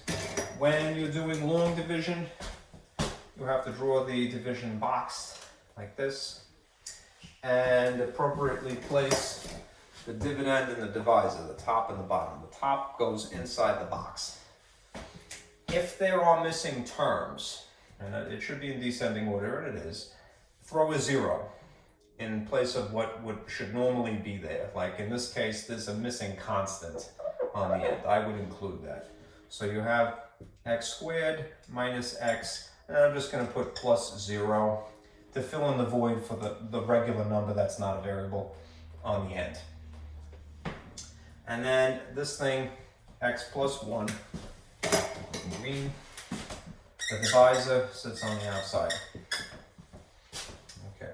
According to, I need space, polynomial long division, I'll do the work here. The procedure is this. It's the first thing only divided by the first thing only. So it'll be x squared divided by x. If you divided these two things, you'd be left with just x to the first. Remember the quotient rule for exponents. When you have like bases being divided, as they would in this case, you subtract the exponents 2 and 1. 2 minus 1 is just 1, which you can skip writing if you want. It's alternative. I'm going to strategically write this up in the quotient above the thing it most closely resembles. Whenever, as often is the case with math, neatness helps. If I were doing this on graph paper, it would make it a little bit easier to keep neat, but this is x established from here. Now the second thing is I have to subtract, but the way polynomial division works out is that you end up having to subtract two things simultaneously. That sounds so sad. And we have to figure out what those two terms would be in here. I'm putting this parentheses as a reminder to myself that I'm really going to have no choice but distribute a negative. Normally when you're doing long division that's arithmetic, you wouldn't worry about a second piece subtracted at the same time. But for polynomial long division, that's just the way it is. So the terms that would be fitted in here come from the product of the quotient we just got and this divisor on the outside, which is true even of arithmetic. If I took this thing I've just established, x, and now multiply it by the divisor, which is x plus 1, it's going to produce, by design, some similar features and maybe something that's not similar. So x times x is x squared. That's the first term. That's the similar feature, which is great. And then x times positive 1 is plus x. Well, you could put a 1 in front if you like. I'm going to put plus x. Okay. There is going to naturally be some kind of cancellation effect, at least of the first two. And that's how you can tell that you're doing this correct right off the bat. If the first term cancels, because it's x minus itself, x squared minus itself, something even mysterious minus itself cancels out of existence, then you're on the right track, all right? But don't forget, you have to distribute this negative here, right? What I always do is this. I do the distribution to figure out what the sign really ought to be, and then I obscure it, the writing, right? So for instance, a negative times a positive produces a negative really, right? And then the addition / subtraction rules for integers take over. Same signs means that you actually add, which means this is going to amplify rather than subtract. A negative and a negative is a bigger negative, right? And it just so happens to have an x attached to it.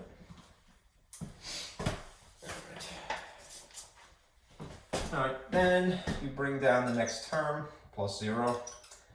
And once we get through this, we're finished. I have to do the work again, so I'm going to erase this for the sake of space. Okay, and we're back to our procedure, which is the first term divided by the first term only.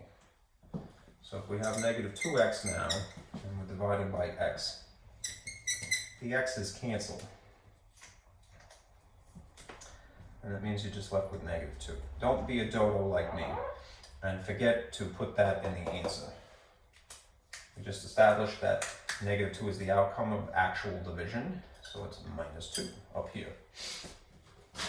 Okay, then we do have to do the subtraction, so we'd have to establish what the two terms would be here.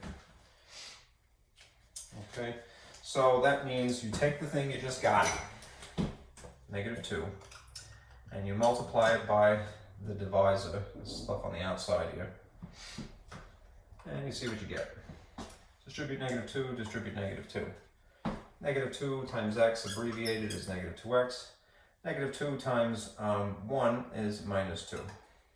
That fits here and here respectively. Okay.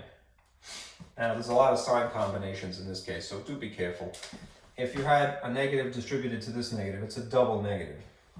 I again would go through the same process of figuring out what the sign ought to be via the multiplication division set of combination rules, and then obscuring what is written here. So a negative times a negative is a positive really, and then read it according to the addition subtraction set of combination rules. Something minus itself is going to cancel out of existence. One of each, a negative and a positive respectively, causes subtraction. Something even mysterious will cancel. It happens again though. If you distribute this negative over to this thing now, a negative times a negative is a positive, which means that it's 0 plus 2, which means you get 2 as a remainder. Now, this isn't decimal division, it's rational division basically, so more or less like fractions. what you would do is, rather than put a decimal point in the 0 here, is you take the remainder and just stick it on top.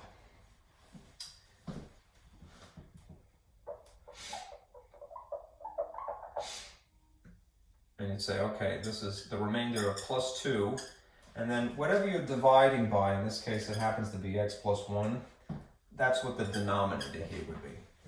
This is ugly, right? But realize what it represents. This represents, I'll erase this unnecessary information now. This represents a diagonal line, a slant asymptote. It's a little obscure, and I'll clean it up to clarify. But look at what this is really imitating. First of all, a function is just another name of referring to y. And when it comes to diagonal lines, which is more or less the normal straight lines, we famously have this model. Y equals mx plus b, where, although it's strangely labeled perhaps, the m is a slope attached to the x, and that encloses the, basically controls the pitch of the line. And the b, also strangely labeled, is the y-intercept, which means it's a coordinate of 0 and then whatever the b value is. This is a little bit more complicated because there happens to be a remainder, but we're going to round it basically. Just remember, if this came from division of this, and it's a function, then this is really just y equals x minus 2 and then a remainder. I'm going to park it underneath the model so you can compare notes. Get rid of that.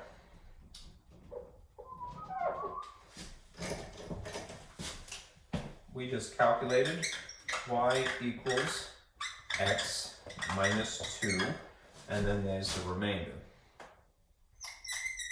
Basically, when you're graphing this by hand, you kind of nix the remainder. The remainder is plus 2 over x plus 1. Right? We just ignore this for all intents and purposes and focus squarely upon this because it has an analogy. Negative 2 is the y-intercept, and if this is no coefficient, one assumes it is 1. 1 therefore is the slope. Which means if you drew a picture, and I'll do it adjacent here, you'd have a slant that goes through the coordinate, the y-intercept of negative, 0, negative 2, so this is 0 and then whatever the y-intercept is.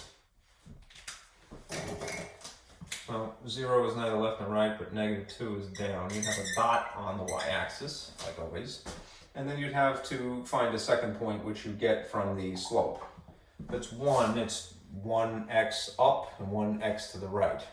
So 1 over, 1 up, over, 1 up, over, 1 up, over, and you have a line that runs like this, a diagonal line that runs through it. Okay.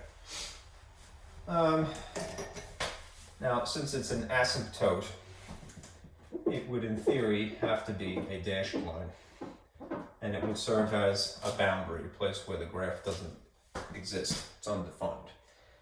Not to really badge you with this, but there is one other thing you can get pretty quickly out of this, which is the vertical asymptote. Right? We already know that there isn't a horizontal asymptote because it worked out that it was a slant. According to the 3 rules for horizontals, it is the slant situation. It's not technically horizontal.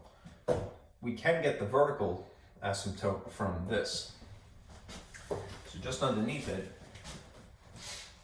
I'll just include that in this slowly but surely fleshed out picture. If you know by this point that the vertical asymptote is really the denominator in the form of a factor, just set not equal to 0 because it's forbidden, then it's really x plus 1 is not equal to 0. And if we rearrange this minus 1, there'll be a vertical asymptote, a dashed line, through the point, through x equals negative 1. So that means, well, not equals negative 1 because it's not a coordinate. If this is negative 1 here, in respect of the y-axis, you would imagine a dashed line that runs like this. Okay, and again, just to sort of tidy this up, our slant, we have established the slant asymptote like that. Basically, although I should be a good guy, right, and try to flesh it out a little bit more precisely, you know, consider the region, the interval between negative 1 and this is probably positive 2, right, to get a dot in here. But basically this is what you would get as a picture, something that looks like this.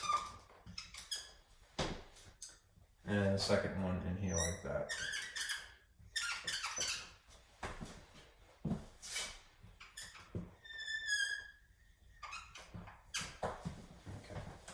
Again, don't be afraid to use a calculator, certainly, graphing utility, to verify, right, this picture. The real point of this exercise is to see how well you are at polynomial division and employing the horizontal asymptote rules, which in this case produces a slant. Right? I'll do synthetic division because you can technically get away with it in this case, just to refresh your memory. Synthetic division has certain requirements, and again, the requirements are on this handout,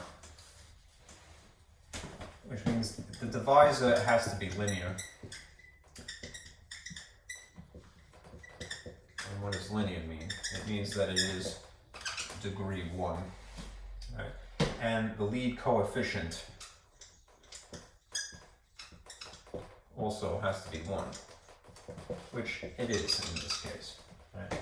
And then the somewhat absurd thing to do is you draw this diagram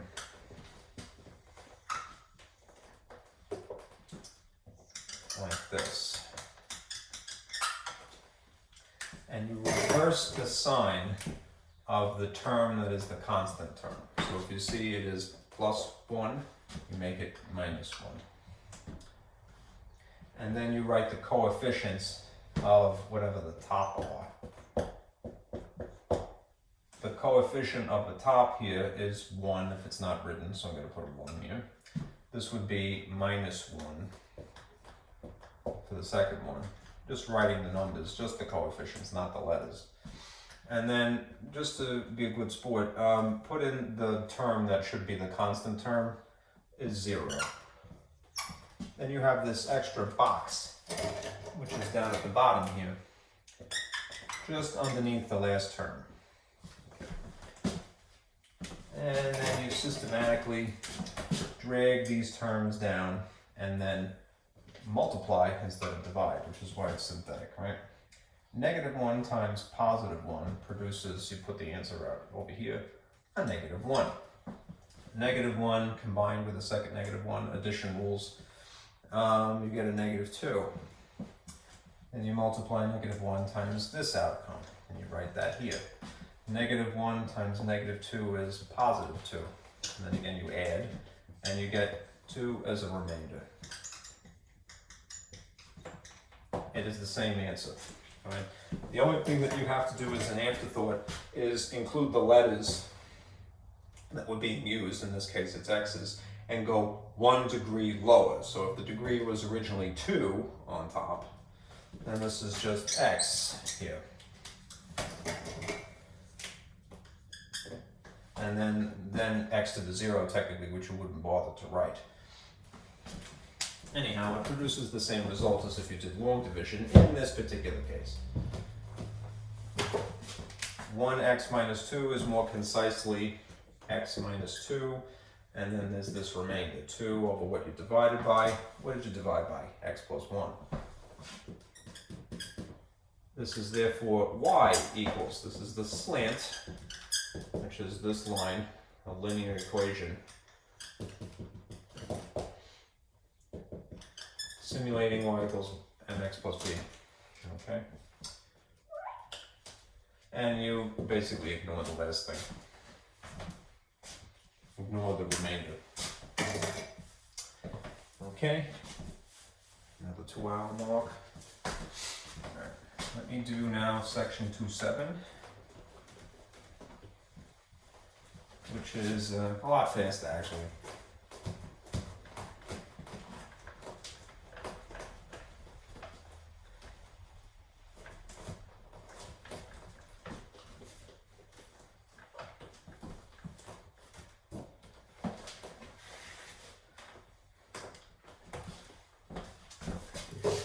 Section 2.7, which would have been the last thing before test number 2, which in theory test number 2, remember, would have occurred today, you know, but forget that. All right, just doing the homework.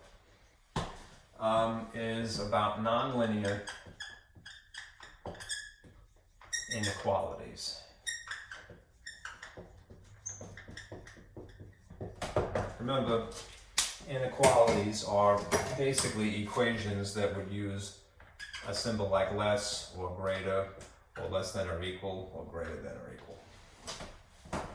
So we'll follow the same set of rules basically. They're just some things that you have to look out for ahead of time.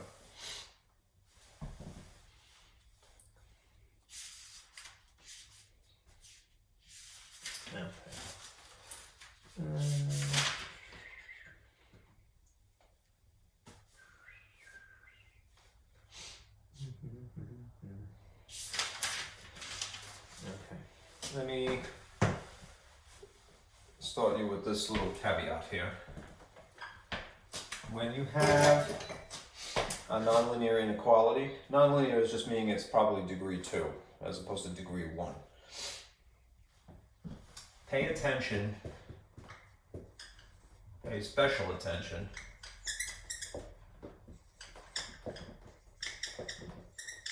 to the orientation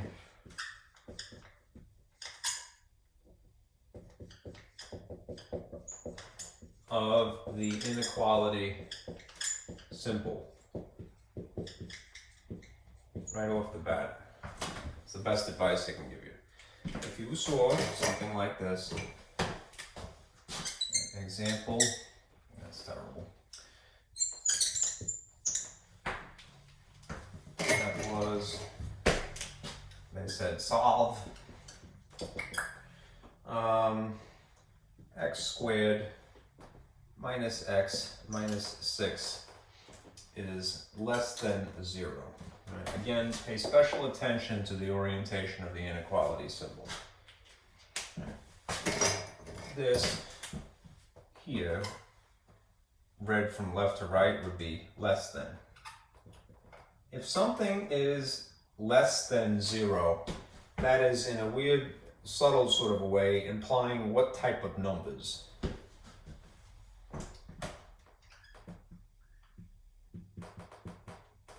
This is implying that your solutions must be negative, right? Meaning not 0, which is another technical integer, and not the positives. You are limited to negative solutions, which means that you're going to get another one of these situations where you have a spectrum of answers when you have inequalities. Inequalities give you a spectrum of solutions. I'm going to say answers because I think that's a little bit more plainly spoken, but you know what I mean, solutions. A spectrum, a range, if I shouldn't say range because I don't want to confuse it with Y's. A rainbow, if you will, of possible answers, which may be infinity in one direction, right? Or an infinity between two numbers, right? But still a lot, more than one answer. Anyhow, how would you go about working this? Here's the procedure. Number 1, you're going to factor, as you often do. Then number 2, you're going to employ the zero product rule, as you often do.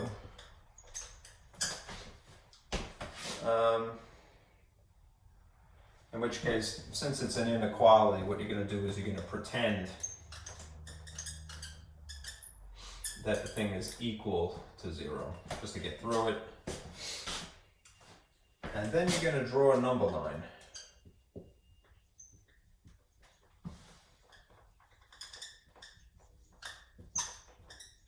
To illustrate the solutions.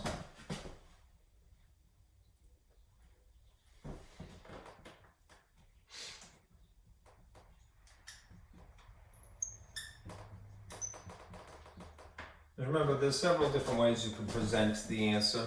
You can put something in set builder notation, you can put something in interval notation, or you could draw an actual picture. They probably would want the answer in interval notation, which kind of looks like a coordinate, unfortunately, because it uses similar symbols like parentheses, but it could also employ a bracket. Anyhow, drawing the picture will help you do that. Right? And it's just going to be a number line, so it's going to be a horizontal line like this to get through it.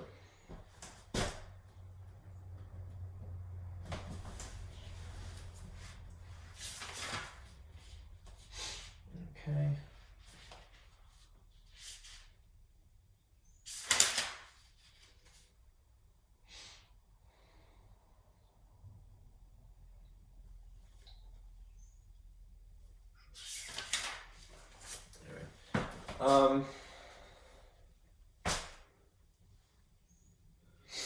Let me just say one more thing.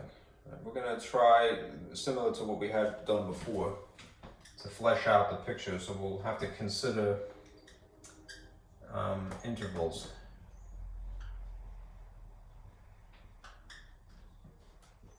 And sort of test coordinates, test values, test x values.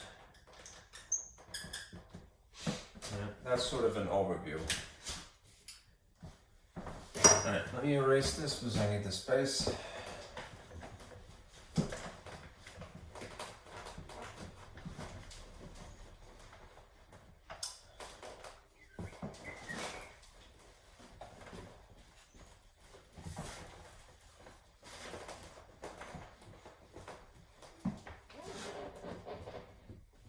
I'll just put this up here.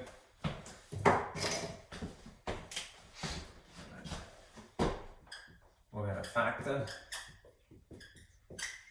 which means that x squared minus x minus 6 is going to end up looking like this. X squared, if it's basically a trinomial on this side, it usually factors as a binomial times a binomial, and the first term here and here would be x to produce an x squared. The factors that make 6 are 1 times 6 and 2 times 3. The simultaneous subtraction that would occur to produce a 1x in the middle would have to choose 3 and 2 for the numbers rather than 1 and 6. And if you want to cause subtraction, you need one of each sign. So if you want the outcome to be negative, the bigger thing has to be negative and the small thing has to be positive. Right. The second thing is we're going to pretend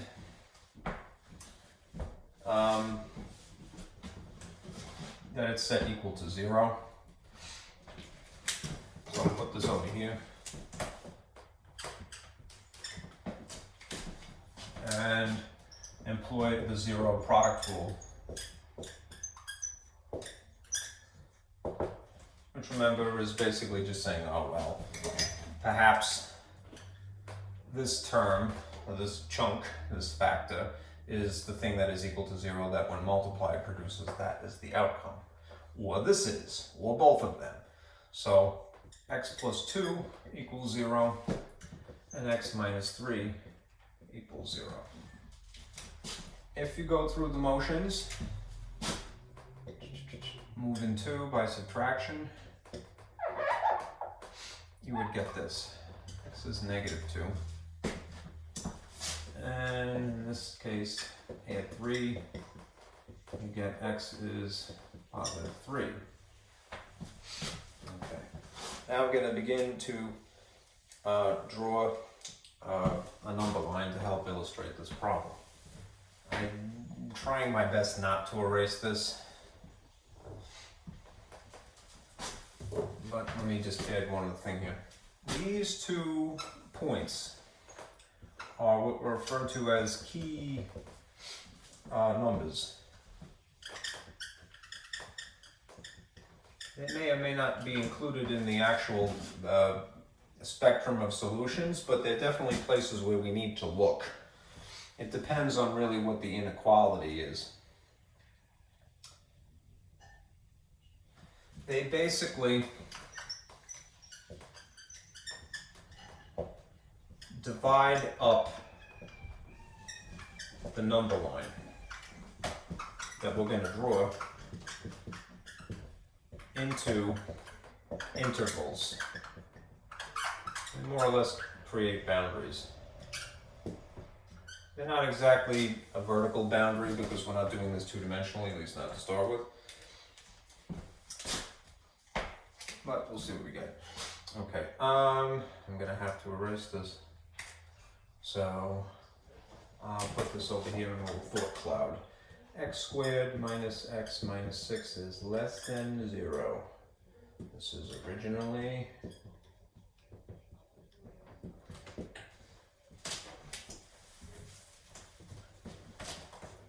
and I'll put the number line here.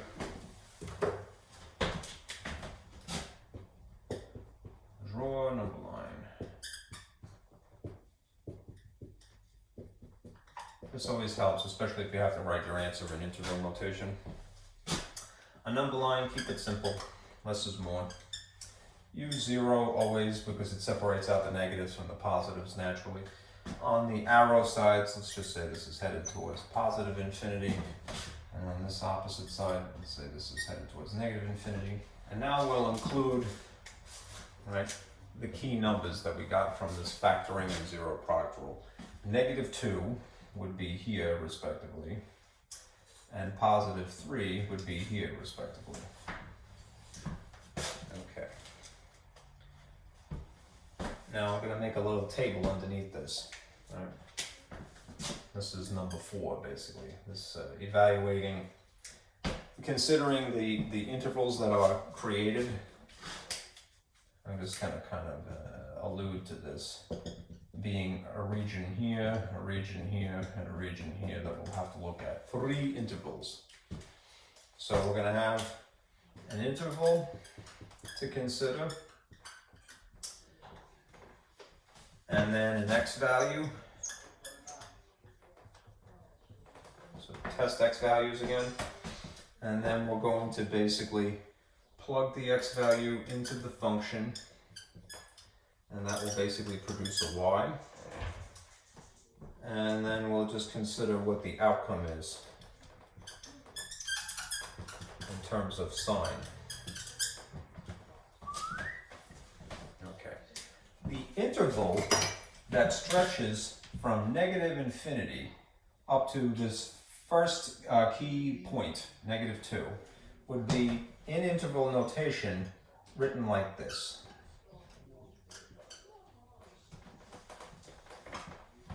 Okay. That's more or less this Roman numeral 1 here. You don't have to label it Roman numerals, I just thought that was quaint. And we'll get a second one, and then we'll figure out a third one. My acrylic plastic is broken, unfortunately, here. Okay, let's choose a point that is in basically this region here, in this interval would be more appropriate. So choose what is easy, right? The number just outside of -2 would be -3. So we'll use that as an x input value, if you will. It's more or less an input, and this is an output. All right, and now I'm going to plug -3 into the original inequality. Let's see what we get. At least the half of it, that is the interesting half of it. If this is originally, I'll use the faint one here. Of course, it's the nice one. It's probabilities, Francis. X squared minus x minus 6. I'm ignoring the inequality symbol for the moment. I just want to stick in these numbers. If I were to take -3 and insert -3 in here, and insert -3 in here. Sorry for the mess. Make this a little bit darker. -3 squared is 9. A double negative is +3. And then -6. We'll do this arithmetic. 9 plus 3 would be 12 minus 6. And then the outcome of this would be 12 minus 6 is positive 6. What's the sign outcome? This is a positive. All right. Now here's where, as I mentioned to start with, you pay special attention to the orientation of this inequality to start with. If it's less than, it is implying that positives are outlaws. Right? Also the number 0 itself, because there's no equal sign in this. It's just simply less than. So we don't really care what the sign is here. We just want to know that, okay, this means that this region, pardon me, this interval from -infinity up to the point of -2 is not part of the solutions. As a matter of fact, if you had included -2 in the calculation, right? -2 would be 4 plus 2 would be the extra thing, and this would be 6, and 6 is not less than 0.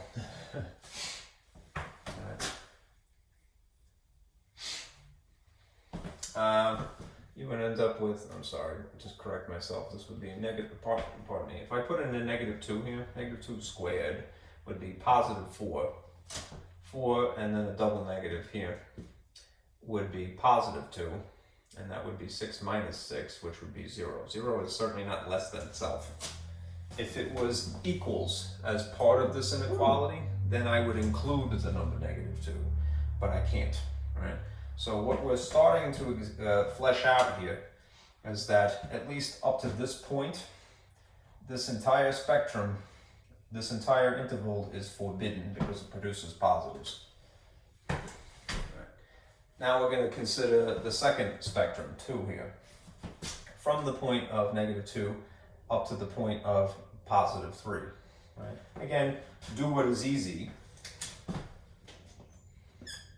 From -2 to positive 3, this is all interval notation. Remember, interval notation looks like a coordinate, it really isn't though. This is a lower boundary, this is an upper boundary. Let's choose a number that is in this interval. 0 is probably the easiest thing, right? I chose -3. I choose you, Pikachu, and I'm going to choose you, 0. I don't know why I'm referencing Pokemon. It's totally before my end of my time, but anyway. If I did this calculation, x squared again minus x minus 6, let's see what it produces, a negative, a positive, or a 0. If I stuck 0 in here, and in here to evaluate it, 0 squared would be 0 minus 6. You get, in this case, -6 versus before you got a positive 6. So this is good, right? This spectrum is totally legit. Okay. Now we have to do one extra one here. The spectrum, the interval from 3 to positive infinity. Positive 3 to positive infinity. Again, when you're choosing a test input x value, make it easy. Something just beyond 3 would naturally be positive 4. And then I'll plug it into the inequality, the left side that is interesting, to see what you get. If I stuck 4 in here, and then 4 in here, 4 squared would be 16 minus 4 minus 6. Sorry for the mess. 16 minus 4 would be 12. From doing that much, minus 6 would produce another positive 6 again. So we get a positive answer again. that means that this region is also outlawed. This interval, this spectrum is really what I should say. All right. The only one that is legit apparently is here to here, from 2 and up to 3, -2 up to 3. -2 we've already found out, can't include that. We should really test -3. If you put -3 in the original inequality, it would be -3 squared minus -3, pardon me, +3, minus 6 is less than 0. And do the calculation. This would be 9. This would be 9 minus 3 minus 6, in which case you would get 6 minus 6, right, less than 0. This would produce 0. Even though the digit is right, the inequality symbol says that it makes it illegitimate, all right? If there was an equals here included, then it would be fine. If it was less than or equal to a line under it, it would be okay, but in this case it's not. So we're definitely not including 3. That means essentially this. Where, if the whole point of this exercise is to draw a picture to illustrate the spectrum, where it is bound, or where does it lie? All right. It would basically be from the point of -2 up to +3. And the way that we would symbolize that in interval notation would be to use a curve like this here and here, right at the location of -2 and at the location of +3. It's a little bit messy, so let me rewrite this over here. If we were solving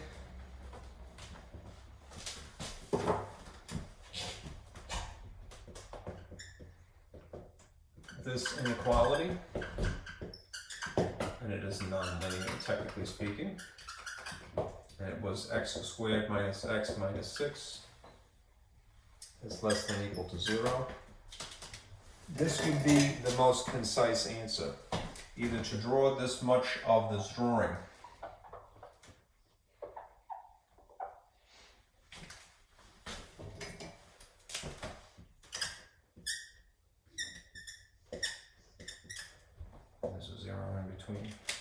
and highlight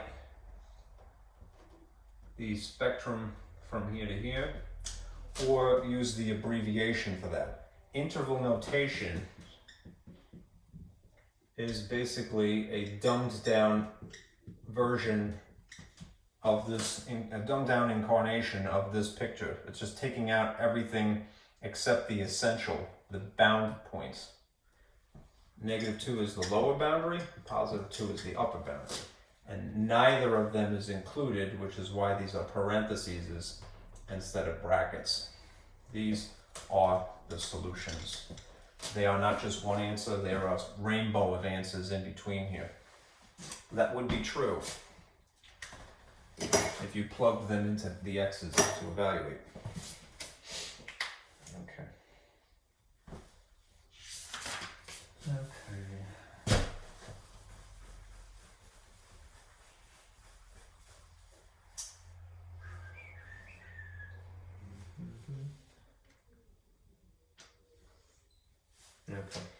Just very quickly, they didn't ask you to do this really, but if you took this thing, which is a degree 2, right, and graphed it 2-dimensionally rather than simply 1-dimensionally, here's how the picture would morph.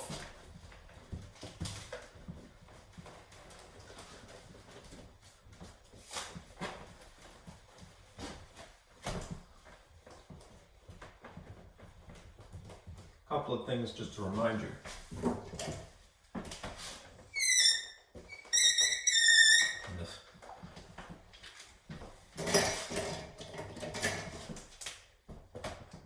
If you drew this in 2 dimensions, it would remind you of, well, it's going to produce a polynomial because it's degree 2. But you'd have to sort of edit the drawing. So I'm going to do this really quickly. I'll slip this in here and remind you of some things that you already know. Okay. When we have something that's x squared, this produces the parabola shape, which is something that looks like that, right? Let's find a couple of things. It's going to naturally have some Y-intercept, which means that we're going to stick 0 in place of x, and that will spit out a coordinate. If I stuck a 0, I'm just calling this y now. If I put a 0 in place of x, that cancels this term out, really. 0 in place of this x cancels this out, and we'd just be left with y equals -6. We'd have this coordinate, -6. Put a dot at that location.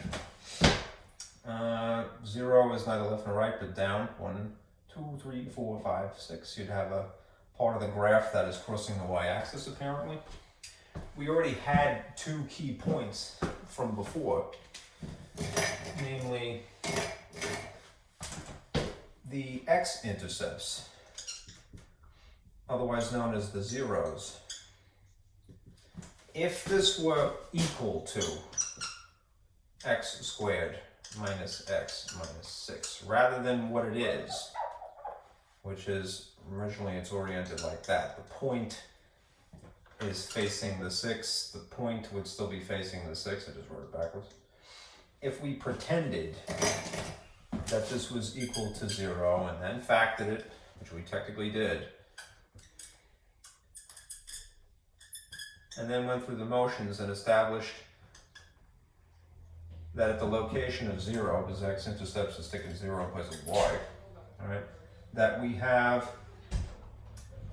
x -2 and x +3 to consider.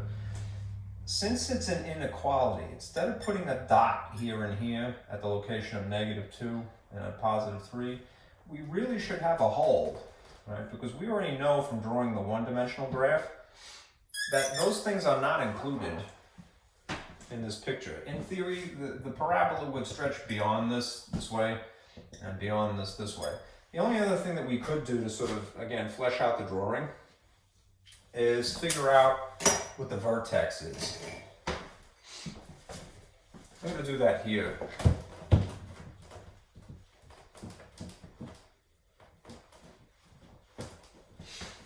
Remember, to get the vertex, the bottom or top point of the parabola, there's a formula for that. The x of the vertex is given by this formula, -b/2a. Right?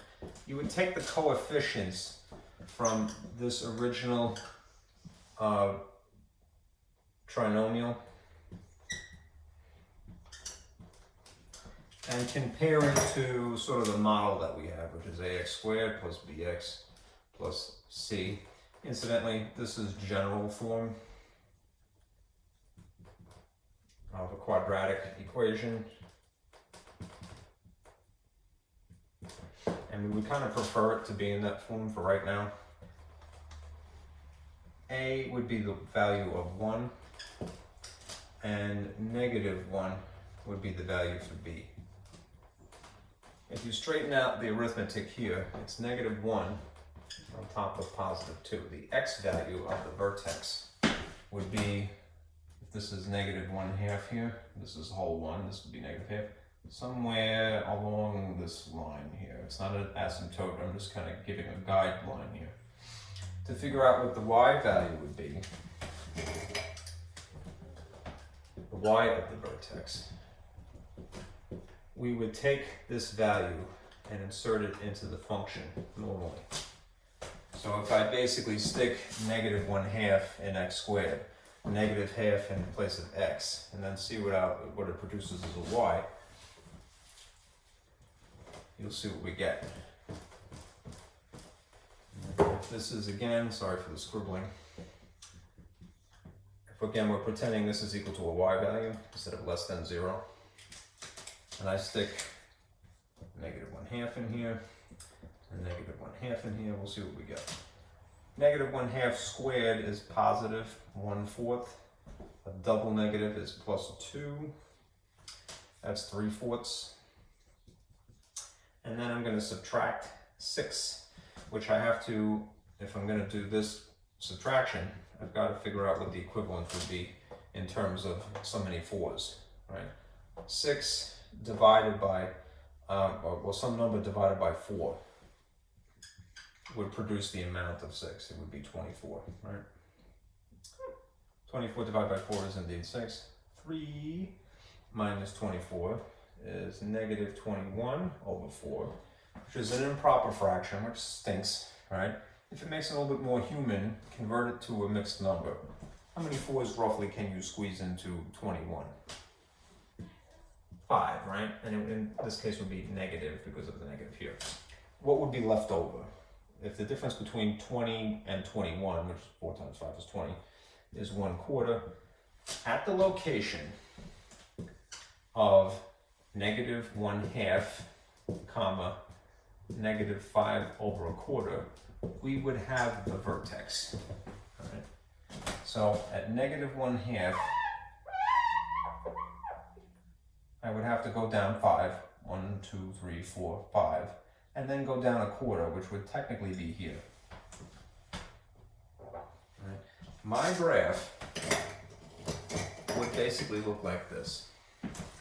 It would normally be a parabola that goes through this point, connects through there, and then for the sake of symmetry, there'd be an extra point here on the mirror side of this.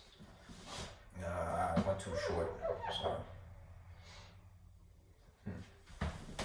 Something's amiss here. 1, 2, 3, 4, 5, 6. 6 1/4. Oh, sorry. My arithmetic was screwed up. If this is, if this is not the vertex, this is the point of -0, -6. My vertex has to be something lower than that. I made a boo-boo here somewhere. Let's see. Oh, it's a sign issue probably. Okay.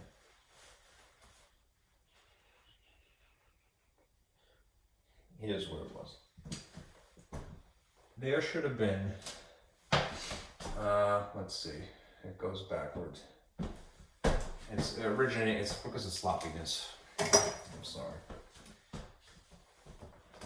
That's the formula. X is equal to -b/2a. The b value is the problem.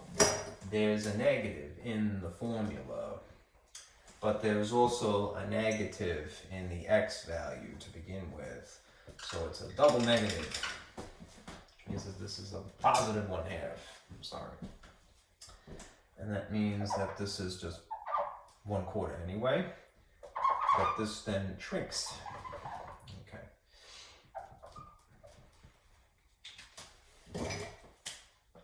This was minus x. That's the -1 that is supposed to be here. Okay, producing a double negative that makes a positive. If I insert 1/2 in here, this is just a negative at this point, which means that it's 1/4 minus 1/2, which means that this is not 3/4, it's -1/4. Because remember, 1/2 is 2/4. 1 minus 2 is 1. It's a negative. A -1 and a -24 is not a -24. Pardon me, a -1 minus 24 is not -21, it's -25. You add the negatives to get a bigger negative, which makes this 4 squeezed into 25 would be 6 times. Because that would be the difference of 25 and 24, and it'd be 6 1/4. That's the issue. Sorry. All because of the sign. And thankfully I drew the picture because it made me suspicious. Anyhow, at the location, sorry for sidetracking, -1/2, which is, if this is the origin, -1/2 will be here, just shy of 1. go down 6. 1, 2, 3, 4, 5, 6. And then a quarter would be ever so slightly underneath that. Okay. There would be a dot roughly here.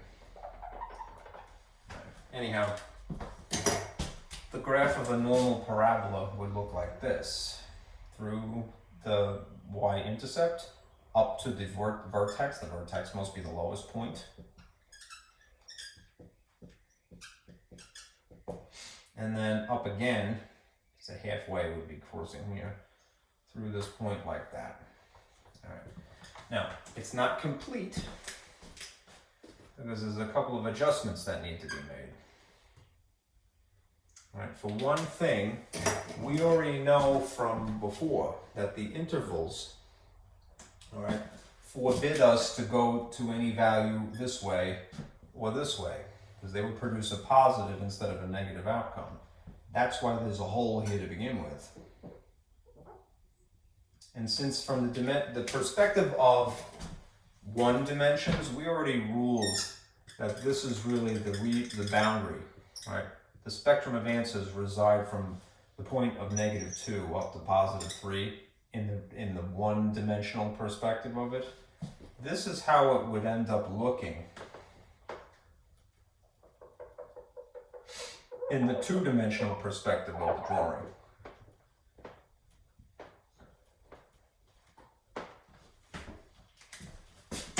You'd basically have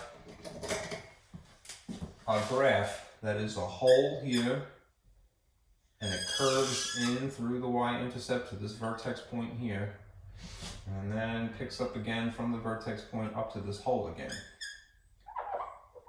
What you see in green is the one-dimensional perspective. What is in blue is the two-dimensional perspective of this. It would look like that. It'd have sort of antennas, if you will. You know?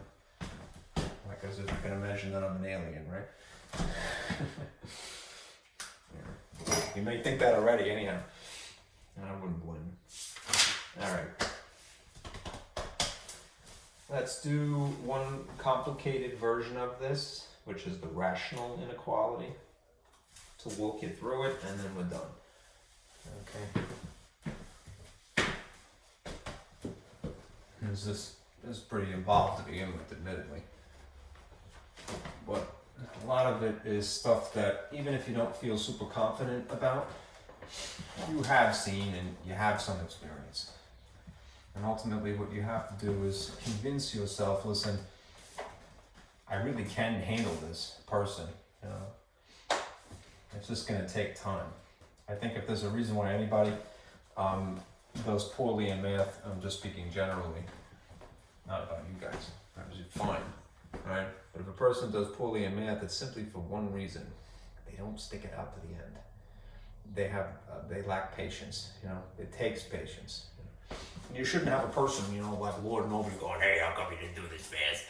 Right? That is the worst person in the world. Remove that person from your life, you know. Okay. I don't need any commentary from naysayers. Peanut galleries, some people used to say. All right. Let's do one rational inequality and then we'll stop. If you had to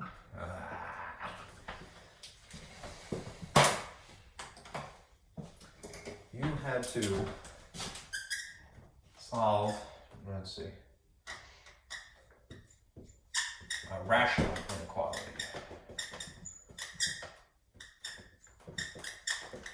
Again, inequalities mean it will have symbols like this. Let's discuss how that would flow. Here's the actual thing. You'd see 2x minus 7 sitting on top of x minus 5 less than or equal to 3. All right. What you should do again is pay special attention to the inequality symbol, but also adjust it first. All right. We want to pay special attention to the inequality. We want to rig it so that it's just 0. rearrange 0, right, on one side. Doesn't matter which. But if this is a positive here, and I just subtract it to move it over here, then what this changes to is this. 2x minus 7, x minus 5 is now minus 3. The inequality symbol does not move, right? The only time if you're worried about the inequality symbol flipping is if you multiply, or if you divide by a negative. This is just adding and subtracting, so it's still oriented like that. Okay?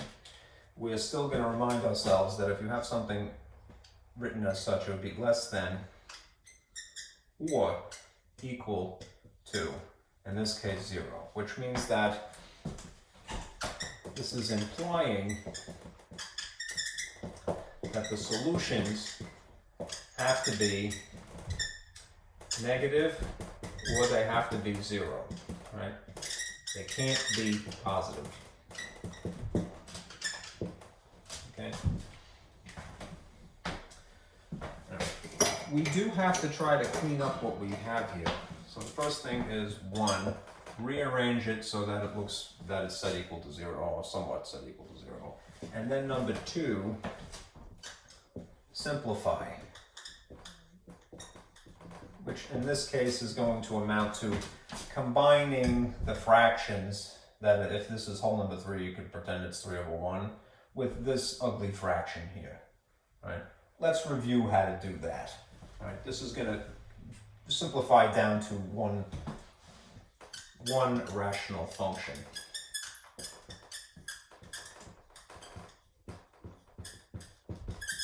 Right, this is going to be by adding or subtracting potentially.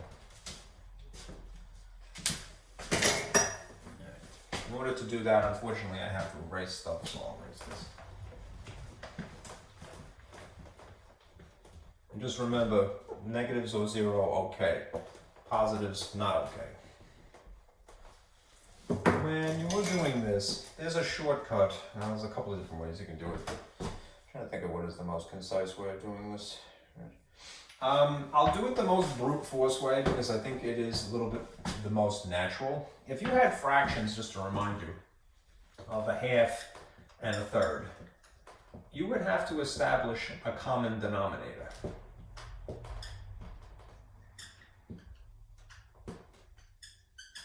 In the case of a situation like this, it's basically these factors. Alright, will be a common denominator. I'm just going to write the whole thing more vertically.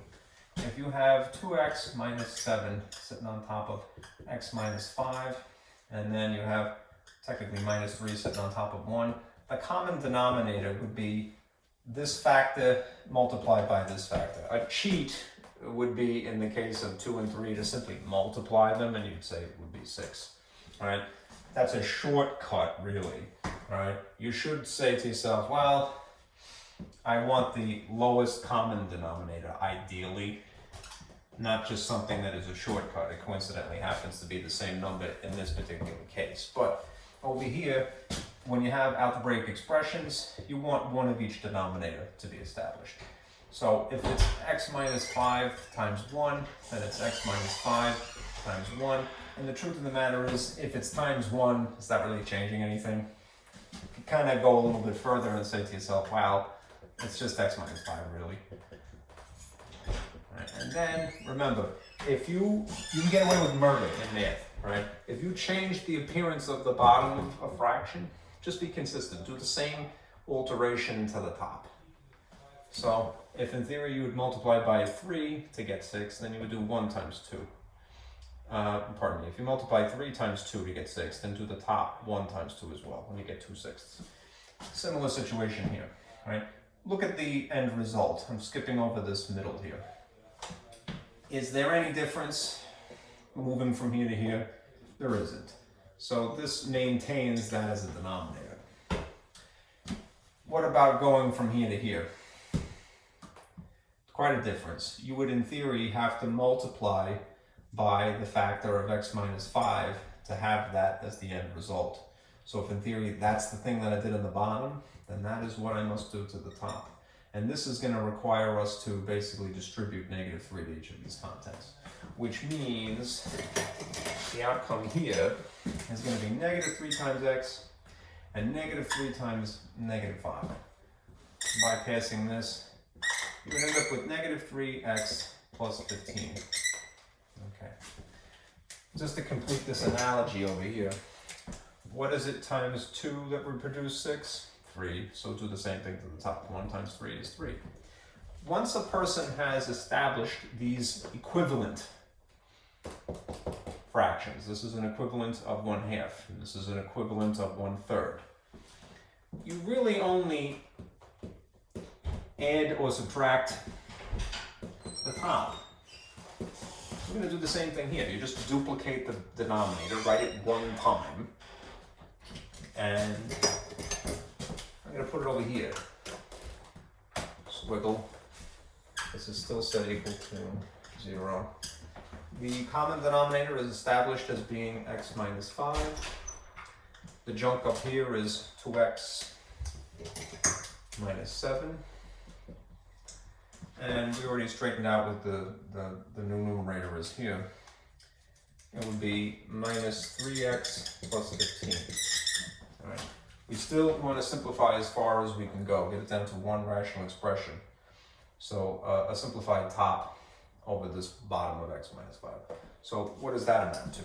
Combining like terms, merge together whatever you can. These are like terms. And that's going to reduce this to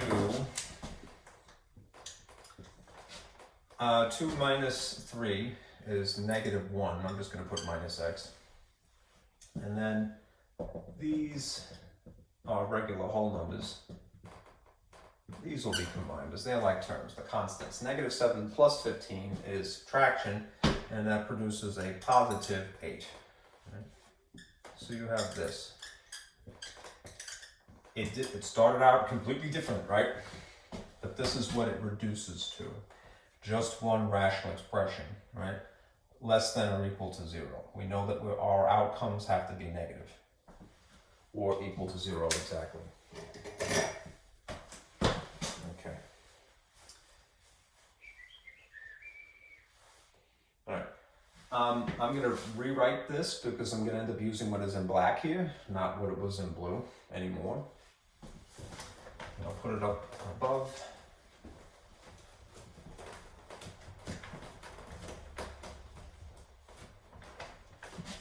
And then we're going to look for our key points.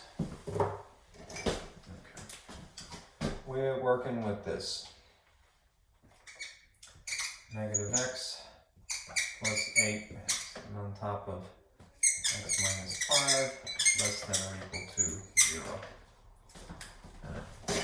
Now we're going to look for key points. Okay.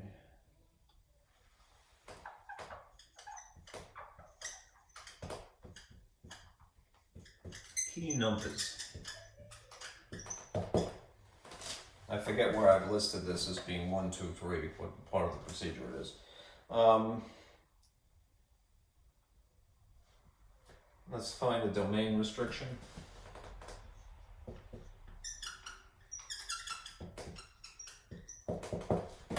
So that means that the denominator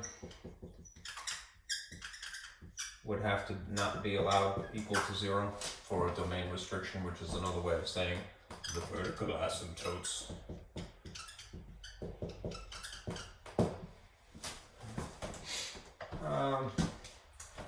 If you pay attention to just the denominator of what we're working with here, x minus 5, rearrange it by moving 5, add 5. X is not allowed to be positive 5. Right. There would be no hole in this case because there was no cancellation effect, right? There would be, in theory, a vertical asymptote. All right. Let's see. if I were to think about this one-dimensionally again rather than two-dimensionally, I'm going to draw a simple number line here as we're going through this.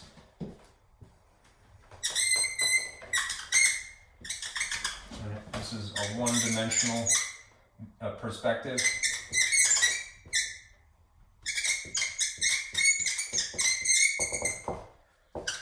0. All right, we have a key number established from the domain restriction, which if it were two-dimensional would be referred to as a vertical asymptote. Positive 5. 1, 2, 3, 4, 5. At the location of positive 5, I'm going to put a hole because it cannot be included. All right, I would normally just draw a dashed line here, but I'm thinking one-dimensionally. Okay. Let me make this a little bit darker. One-dimensional perspective of this is this number line here. Negative infinity, positive infinity. Okay. Number 2.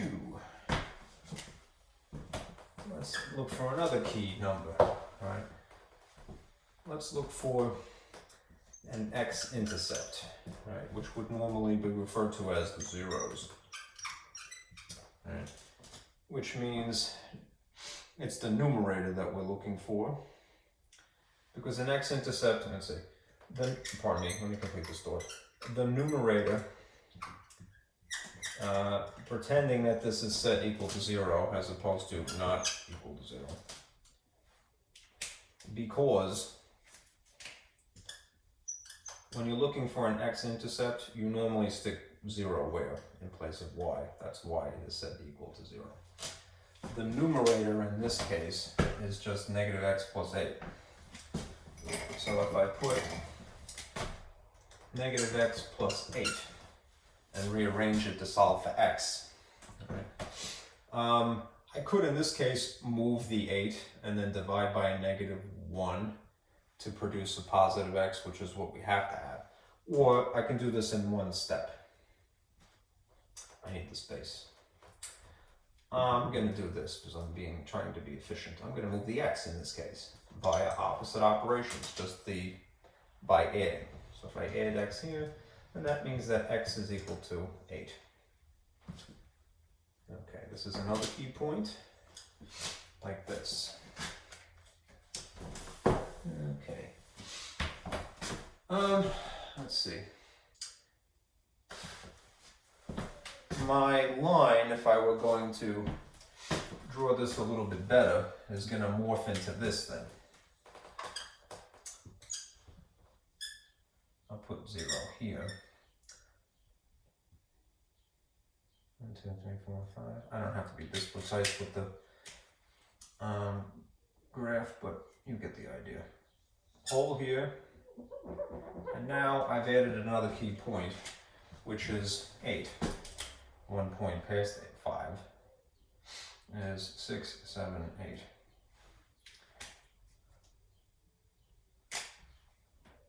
Plus 8.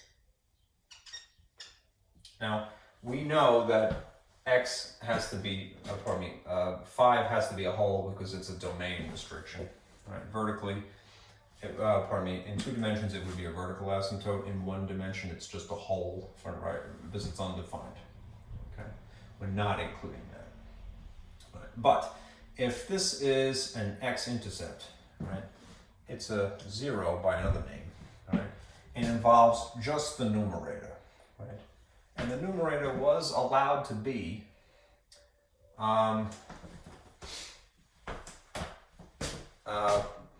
equal to 0.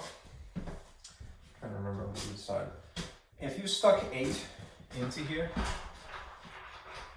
it would be negative 8 plus 8, which would produce exactly 0, which means that it would be a legitimate value. So I'm going to put a dot in this location as opposed to a hole. Right. Using a positive 8 is fine. The outcome has to be either a negative or exactly equal to 0. And using 8 would produce an outcome of exactly equal to 0, so it's all good. Okay. Now, what that has done is basically divvied up this diagram into 3 locations, 3 intervals, this one,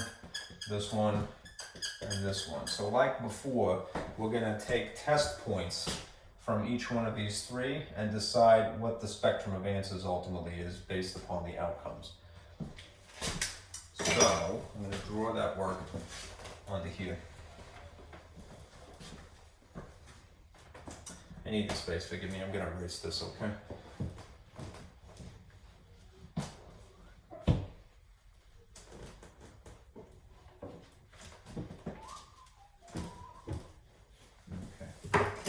Let's figure out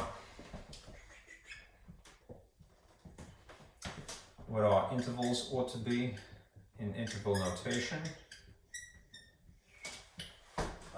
what our test x value would be,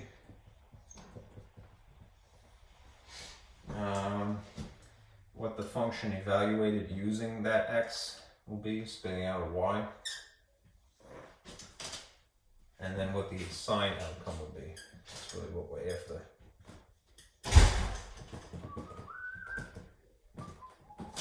Okay. First interval. The interval that's basically what I'm calling Roman numeral 1 here. From negative up to the point of 5. So it's negative infinity up to the location of positive 5. Alright. Let's choose a number that fits in here. Alright. A test x value, if you will. An input. -4 seems like pardon me, +4 would seem like a nice easy choice. Right. Let's stick +4 into the function and see what it produces. Since there's an x value here and an x value here, I'd have to stick a +4 here and here respectively. -4 plus 8 is +4. 4 minus 5 is -1. What is this reduced? 4 divided by a -1 would produce a -4. Is this true? Is -4 less than 0? It is. All right. That's legit. All right. We get -4 as an answer, as an outcome here. So you get a negative. This is fine. Okay. So that means, if I modify this drawing again, that the spectrum of answers that are cool are basically anything that stretches from -infinity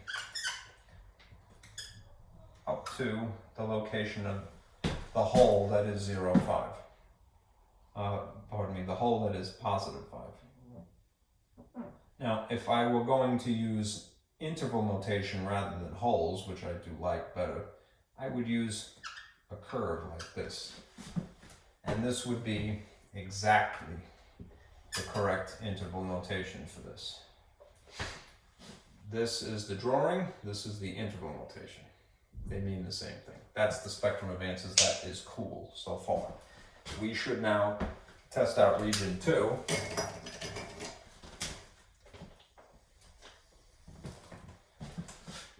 Region 2 would be from -5 up to +8.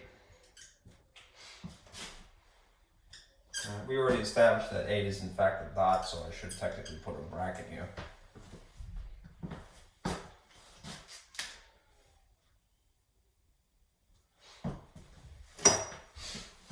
Let's see. Let's choose a test point in here, so let's go with maybe 6, +6. Again, insert a 6 in place of x here, and a 6 in place of x here, and see what it produces. Negative because it was already there, plus 8 would be +2 now. 6 minus 5 is going to produce a +1 in this case, in which case you get +2. Is this true? I know it's very faint.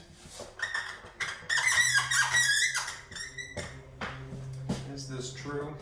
That this is less than or equal to 0 that is sitting there? No, it would be false, right? Because a positive is never less than a negative or never less than 0. So this result of positive 2 produces a positive answer, and that is a dud. Right.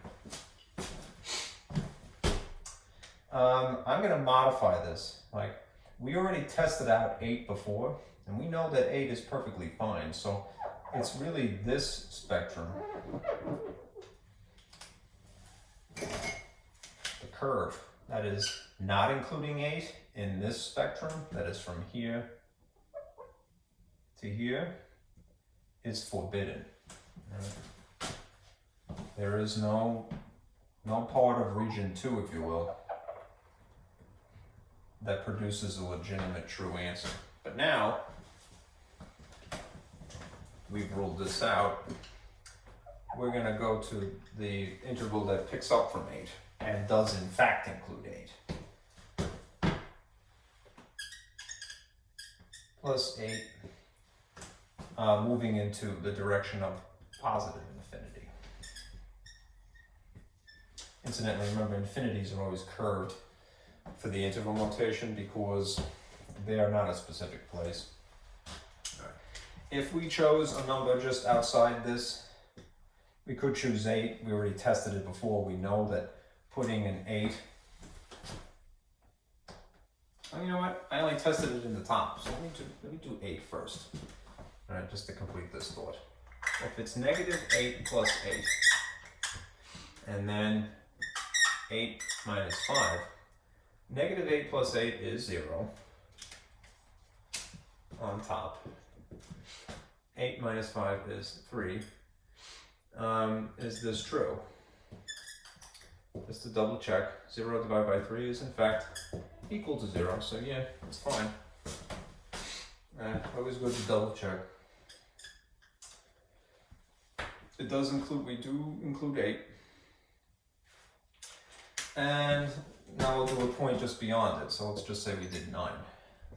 Positive 9. I gotta stop using green, but I don't have a lot of choices here. 9, that's a 9, I swear. Okay, if I use a 9 in here, in place of x, 9 and 9, what does this produce? Negative 9 plus 8 is negative 1. On top, 9 minus 5 is positive 4. This produces a negative 1/4. Okay. Is this true? Is negative 1/4 less than at least 0? It is. So this is a negative, that is correct. Okay. So this spectrum of bracket, because it does include 8, and stretching into positive infinity, this interval, that's correct. That is included. So to illustrate that in the drawing, it would be a scribble, if you will, stretching this way towards positive infinity, and rather than using a dot, I would use a bracket. Okay. Now do remember, again, if you're looking for solutions, right, you're going to take this picture and dumb it down, slim it down to just the essential, right, the intervals, namely this interval and this interval. Where are the solutions? In its most concise form of writing it, it's this interval stretching from negative infinity up to the point of positive 5, but not including it. And then there's suddenly a gap.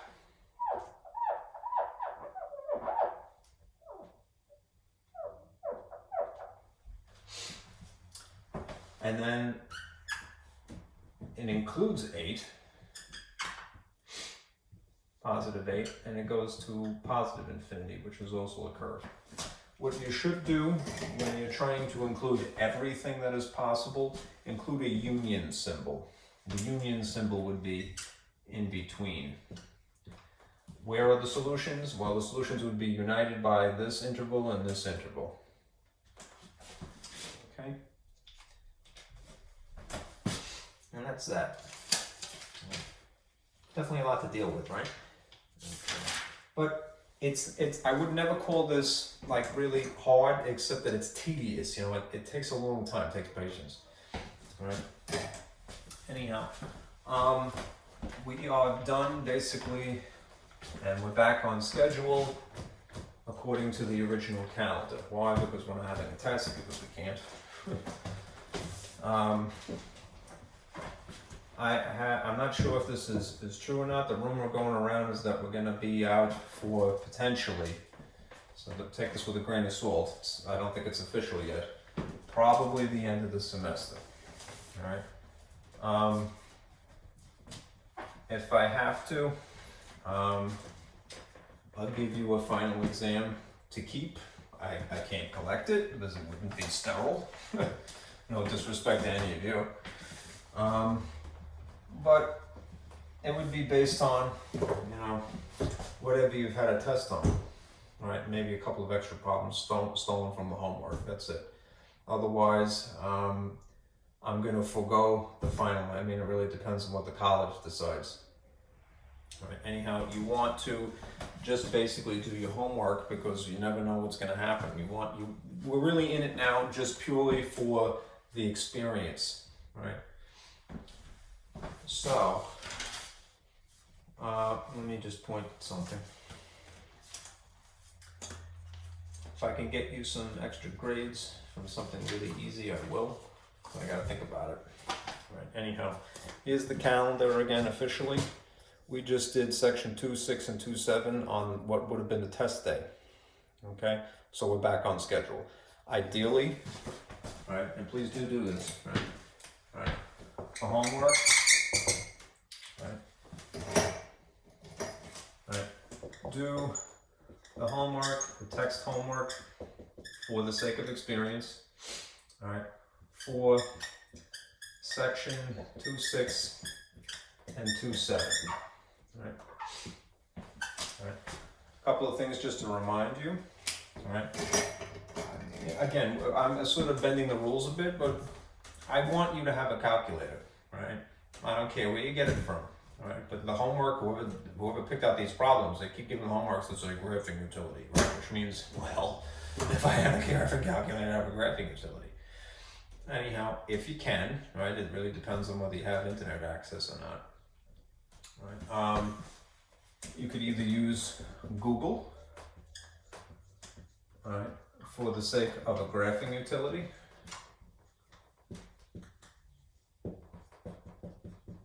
You've seen it in class, right? Or, right, use Wabbit Emu, right, which is from the App Store. You know, you can get it. I personally attest to it being available for Android. I'm almost certain that there's an Apple version of this as well. So if you happen to have an iPhone, anyhow, use that for a graphing utility. Otherwise, if you happen to have a graphing calculator already, and I don't know, that's really up for debate.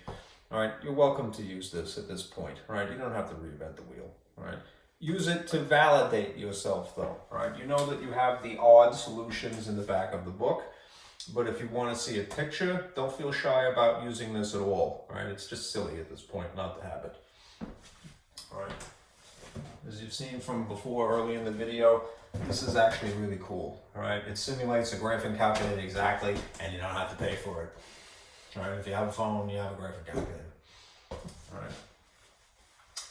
Okay, so just try these homework problems, all right, which are in the back of the book. They are in the syllabus, section 2, 6, and 2, 7. All right, these problems. Just do it for experience, okay? All right. And that's that.